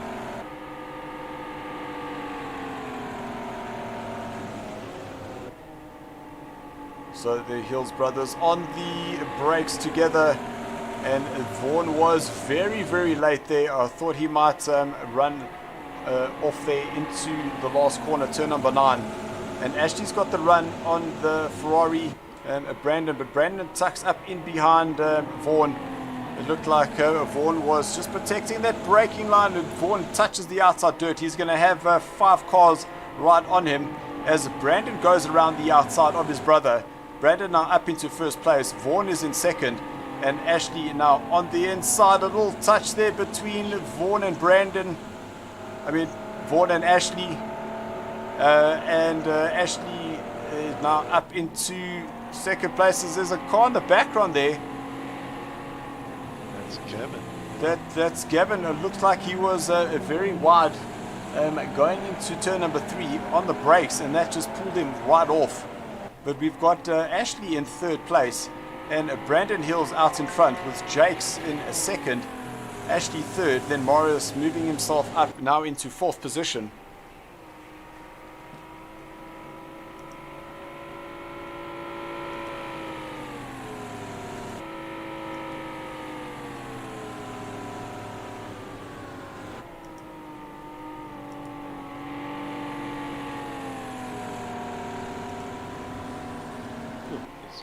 Oh, that's Marius who's gone wide now.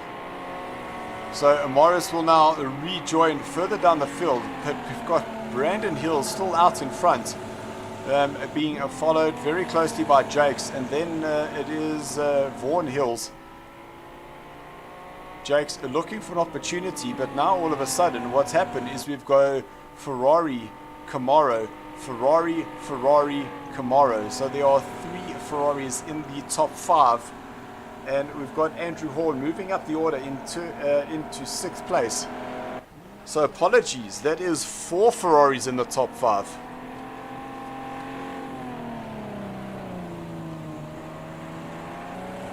You can hear how Vaughan just Brandon, apologies, came off the power just to help get that car rotated and turned in.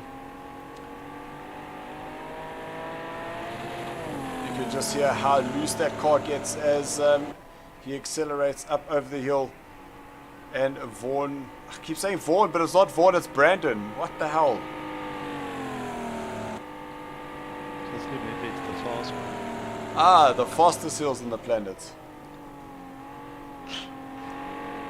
Yo, that was both Brandon and Jakes very wide there into the exit of the entry to turn number 9. So they across the line. Let's look at what those times are. So it does seem like Brandon is holding up Jakes a little bit. We know that Jakes is capable of doing those 22s. And there's the opportunity that Jakes has been looking for. Brandon has left a little gap there. Jakes up on the inside into turn 2, but decides to rather just give Brandon a little bit of space there. But now the Jakes will. I'll say Jakes. I actually touched Ross. Oh yes.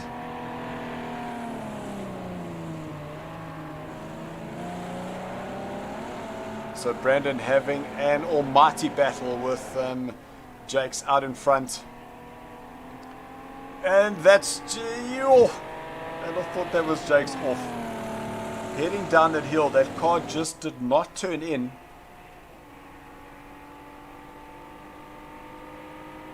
And we do have Marius now making his way back up the field. We see that he has come up to a 5th place.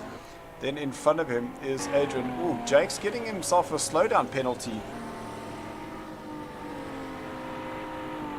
Adrian flinging that car sideways through the last corner.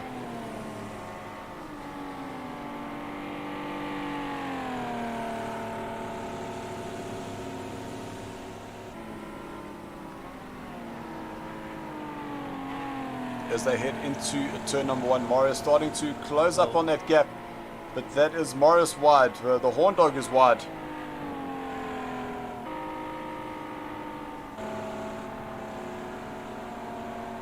But look at that. Brandon Hills not allowing Jakes to get around him. We saw a little mistake there by Vaughan just going wide on the exit of turn number 2. And it is quite a tricky corner because it does tighten up on you. And it is a constant arc, and it just tightens up. So you've got to just get that acceleration point just right, or else you do tend to find yourself running off there. So Jakes is moving that car from left to right, trying to find a way around Brandon here. Oh, is that the mistake that Jakes has been looking for? Because they're going to be side by side into the last corner. This is now going to be a Ferrari versus Camaro power down the main straight. And somehow Brandon has been able to hang on to that. And then we see Marius now moving himself up into 4th place ahead of Adrian. So there's that confirmation. Marius moving on the inside through turn number 1. But back to Jakes and Brandon. And Jakes is just not able to get his Camaro ahead of this Ferrari. So Jacques, just in terms of finding an opportunity, where would you be positioning your car to put Brandon under pressure? I don't know, it's actually a difficult track to overtake. It's almost like that Obersleben. I think the only place where Jakes can maybe try is on the main straight. He gets a proper run out of that last turn. So it does look like Jakes did manage to get himself a good run. He's going to put himself side by side. But I don't think he'll be able to go around the outside there. And that's all Brandon needs to do, is keep this car on the inside. And just not let Jakes get a run on him into turn number 9. But I think that this is what Jakes has been looking for. Because now they're going to be side by side as they cross the line, a lap at number 8. But Brandon on the inside, he's going to be able to protect that line. Jakes is going to have to try to go around the outside to get himself on the inside for turn 2. But you can see Brandon doing everything he can, making sure that car is stuck in the middle of the track, making it extremely difficult for Jakes to overtake. And I see that Vaughan Hills is now down to 8th place, which has put Marius up into 3rd. And Adrian, oh, there's Jakes, who's now gone up into 1st place. He's going to be on the inside for turn number 4. Oh! Brandon carrying a lot of speed there, a little a nudge on the back of Jakes' Camaro. But unfortunately, I think that is all she wrote there for Brandon. Jakes has been able to get himself ahead of the Ferrari with 8.5 minutes left to go. But I do think that that was a almighty battle there. Just picked him up like a wheelbarrow. Well, he helped him rotate, so no harm done there, right?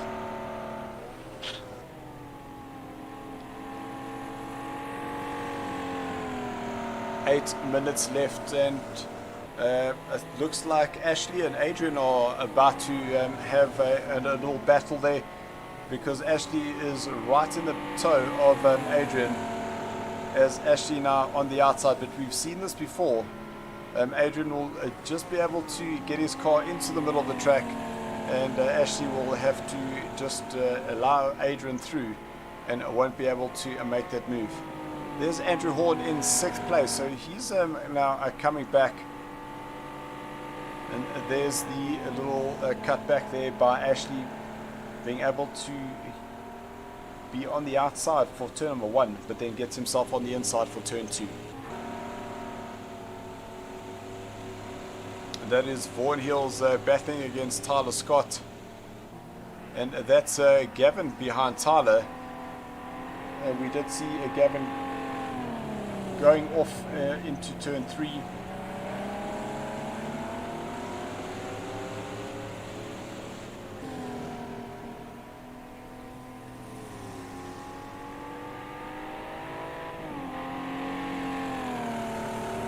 So the question I'm now thinking is Marius going to be able to close that 2.5 between himself and Brandon?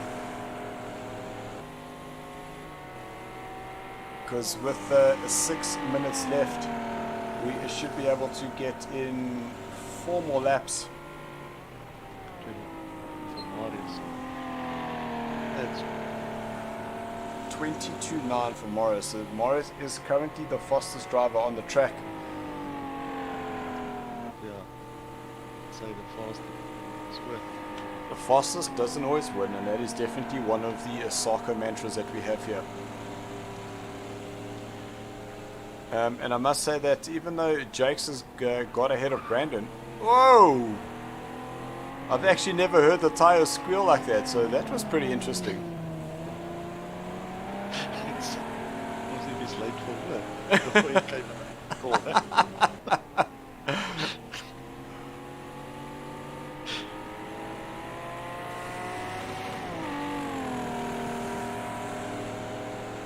So it does look like Marius is starting to close up on the back of Brandon Hills.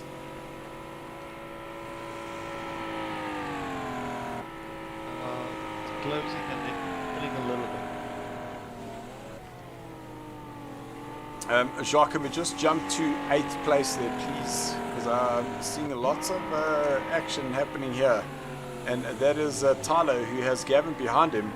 But while Tyler is being chased down by Gavin, Tyler himself is trying to close down on Vaughan Hills. And that's Tyler touching the dirt on the outside.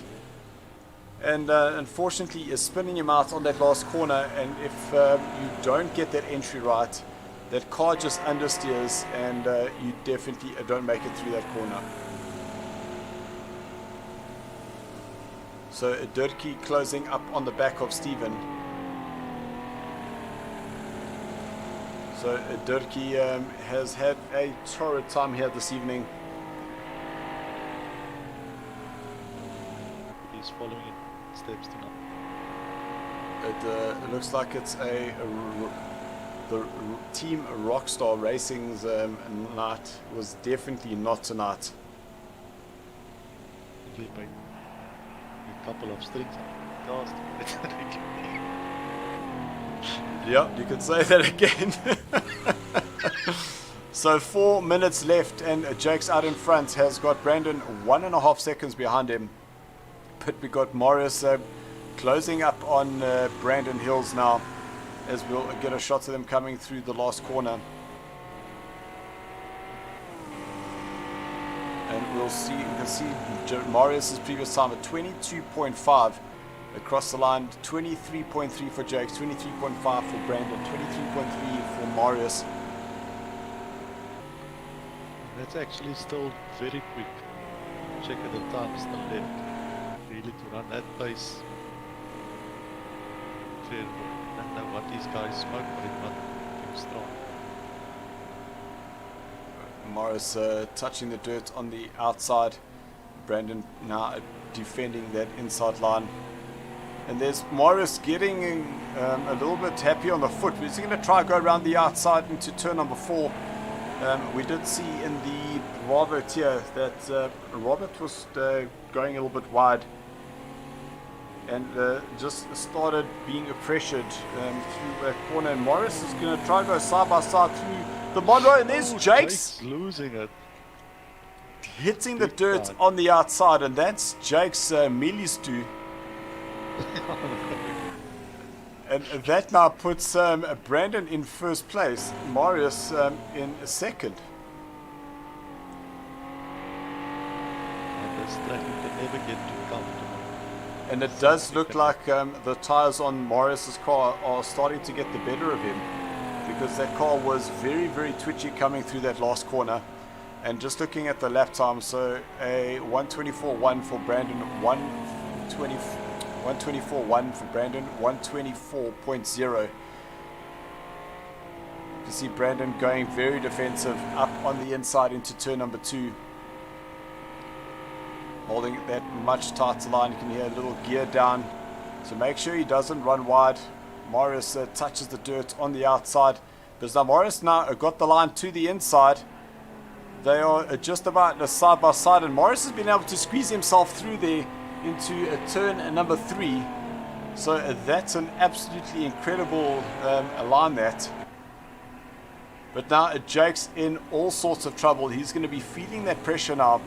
He's got Andrew Horn right behind him, as well as Adrian Bond.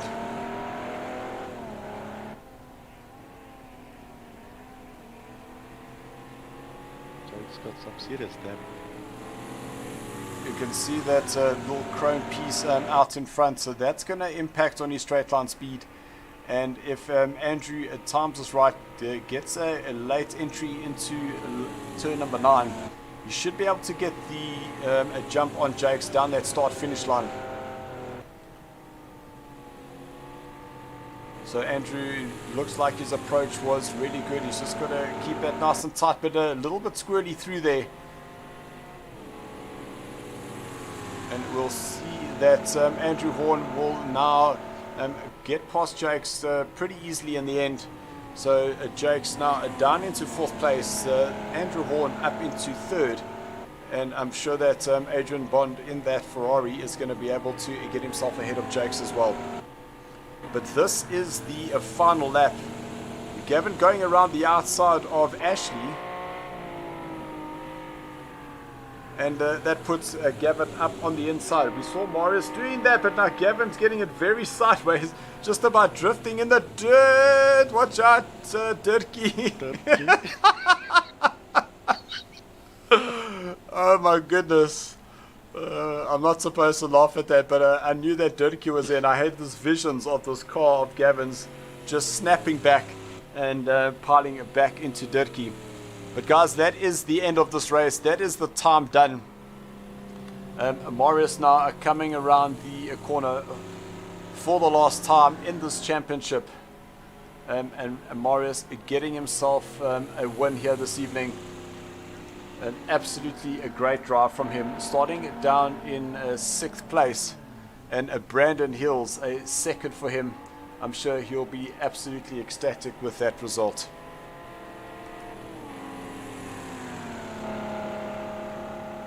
So Jakes crosses the line, and unfortunately Jakes will get a 4th place, but that gives Adrian a 3rd due to that time penalty that Jakes was carrying. Andrew Horn, he crosses the line in 5th place, with Stephen a very respectable 6th for him.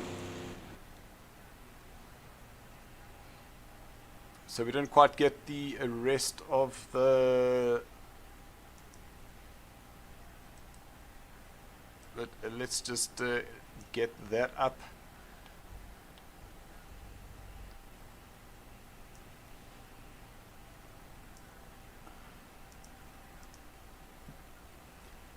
So then 7th place goes to Dirkie.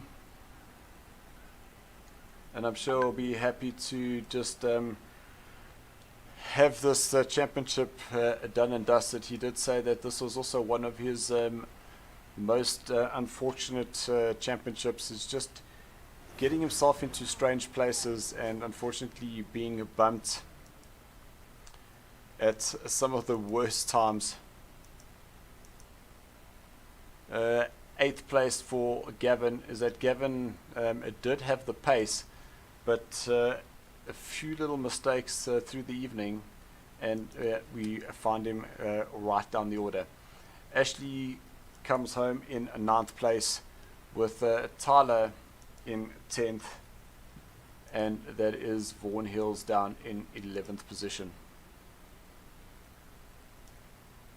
Okay, Dylan. Thanks. Bye, thank you, Jacques. Thank you for the help. Pleasure. Enjoy. Thank you, man.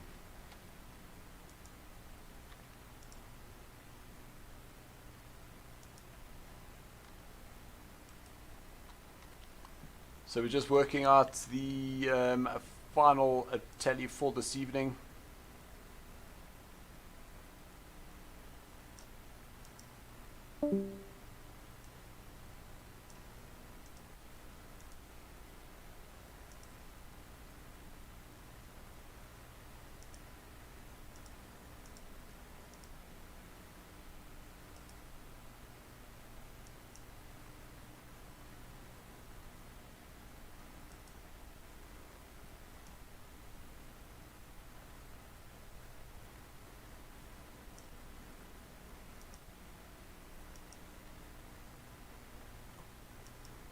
Jeez, what a race.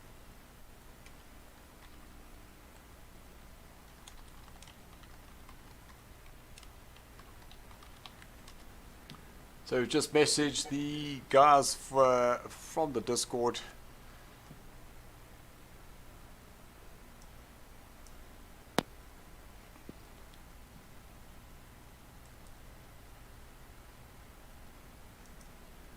Man, oh man, Dylan, that was one epic race. I must say it did look pretty impressive from our side as well.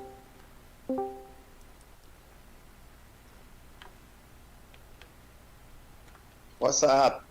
What's happening? Fastest seals on the planet. Hello, dude. All right, Brandon, let's start off with you. A difficult race for you in the first one, but managing to start yourself up right in pole position. A tremendous battle from Jake's, lots of pressure there. Marius started in 6th place, worked his way up, and then at that last corner, just managing to get himself ahead of you, on the last lap to get himself ahead of you, to give you a 2nd place, but a 3rd overall for the evening. I suppose, continue your success over the weekend now into the online. Yeah, man, the weekend was awesome to grab a podium there. But this was just me surviving. I mean, they drove away from me in race 1. And race 2, I told myself, look, they're going to be behind me, and I'm going to block as fairly as I can, and that's all I did for 20 minutes. These guys were trying every line around me and past me, and so I just tried to keep it fair and try to keep them behind me as much as I could. But eventually they both actually got past. Jake just made a mistake. But otherwise, it was good fun, guys. Thanks. It was a good ending to the season. Thank you. Oh, well done, Brandon. No, absolutely awesome, Brandon. Well done there. You made me work for it, man. because I can see the sweat is just rolling down the brows of both Marius and Jake's there, because that cave doesn't normally stay up like that on its own. He had his window open. He had his window open when he was Yeah. So let's go to you, my Jakes. Lots of pressure there from Brandon, and then both myself and Jacques had a little bit of a laugh there, because as we were following the race between Marius and Brandon, we said, oh, yeah, the dark on Jake's millies too. Yeah. I had a 3-second penalty there, and I tried to make that up.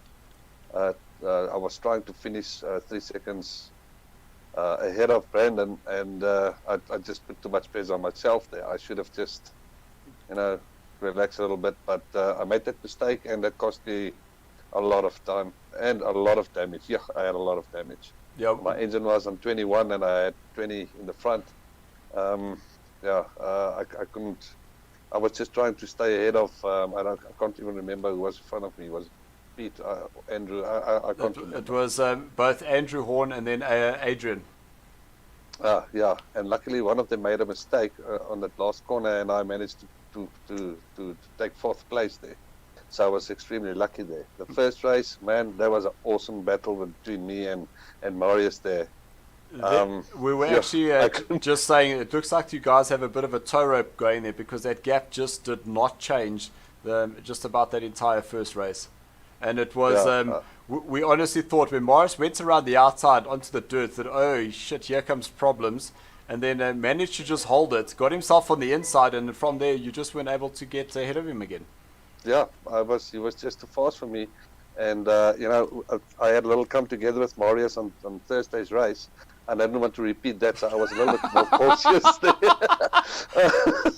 I didn't want to do anything, uncalled for there. So, but that was a hell of a battle, Marius. Excellent there, man. So then I'll just say, with that mention, Marius, does that mean that you and Jakes are talking again? Yeah, we talk. No, awesome. He promised me to buy me a beer when we see each other. Okay, 100%. Guys, if I'm there, I promise I'll buy around. Marius, 2 wins for you.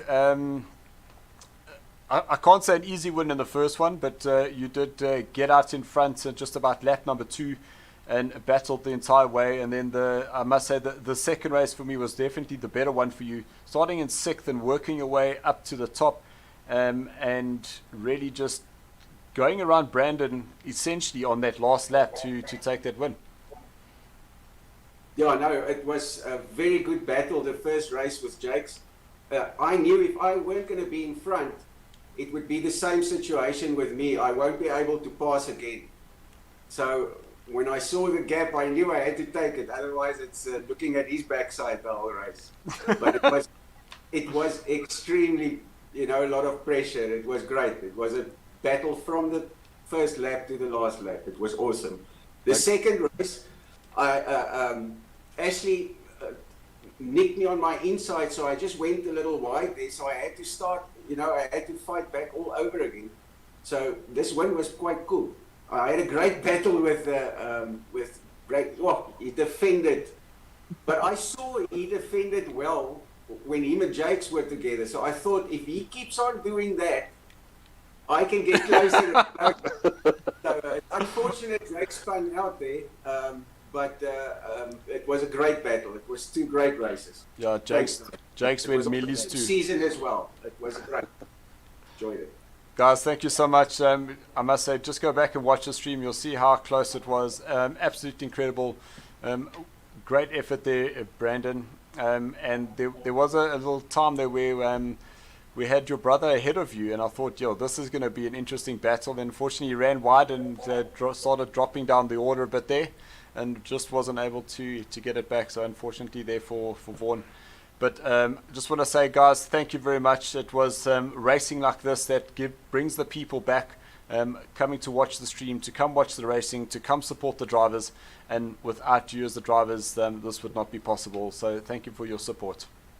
I just want to ask Brandon a question. While I was behind him, it was sounding like he was trying to get every horsepower out of that Ferrari. He was double clutching that thing. I just want to hear, was it double clutching that? After every turn, you just say, I was really trying my best. That was yeah. Oh, well done, Brandon. Thank you guys very much. Dylan, SARCO, thank you guys. It was an awesome season again. That was awesome. Thanks, man. Awesome, cheers, everybody. Guys. Thank you so much. Cheers, man. Peace out. Yeah. So, guys, what's going to happen is that our season for the Vintage Touring Car is now done. We are a week behind for our Thursday night Assetto Corsa, so we will be racing on Thursday this week as well as next week Thursday. There is no racing next week Monday or the week after, and that is just for us to prepare for the new season coming. But we do have something pretty exciting, so just hang about for the next 2 weeks. We will be making that announcement to get those qualifiers done, and we will be racing again in the next 3 weeks. So it's been an absolute fantastic season. To our sponsors, Simstuff Racing, a great win for them for the championship overall there by Rudi. To Johan, thank you very much for your support. Thank you for looking after the drivers as a community with your prizes that you've put forward to us. To Ashley and NASCOM, the supporters of our website. Guys, if you'd like to get some merch, we do have some limited stock of our caps, so get them while they're hot, because we will possibly go into a new style going into the new season. And just remember that we do have some facial masks for the COVID pandemic, as well as some water bottles. And you supporting us in our merchandise just allows us to get some of the back office stuff done, and it just keeps us going. Absolutely. And if you guys want to get involved, if you want to come and challenge the likes of Marius, Jakes, and Brandon, come and join us and check out our website, www.sarcoracing.co.za. You can sign up, become a member, check out when the races are up and coming events, and you can watch your races live on Facebook and on YouTube. 100%. So, guys, we will see you on Thursday night for our round 6 of Assetto Corsa. Ashley, do you want to do your closing? I think that I already did. Okay. You just do it so well. So a big thank you once again to Ashley and all your help, to all our directors that support us, the guys that do come and help us in the chat, the guys behind the scenes that get those lobbies set up. Without your help as well, it wouldn't all be possible. So guys, we'll see you on Thursday night, but don't forget, we'll only be back in 3 weeks' time on a Monday. And until then, guys, be safe, keep racing. I didn't get my timing right, bugger. There we go, got it. Okay, let me try it again. Okay, guys, so guys, all I can say is until then, keep racing, and thanks for watching. Yos. Cheers, guys.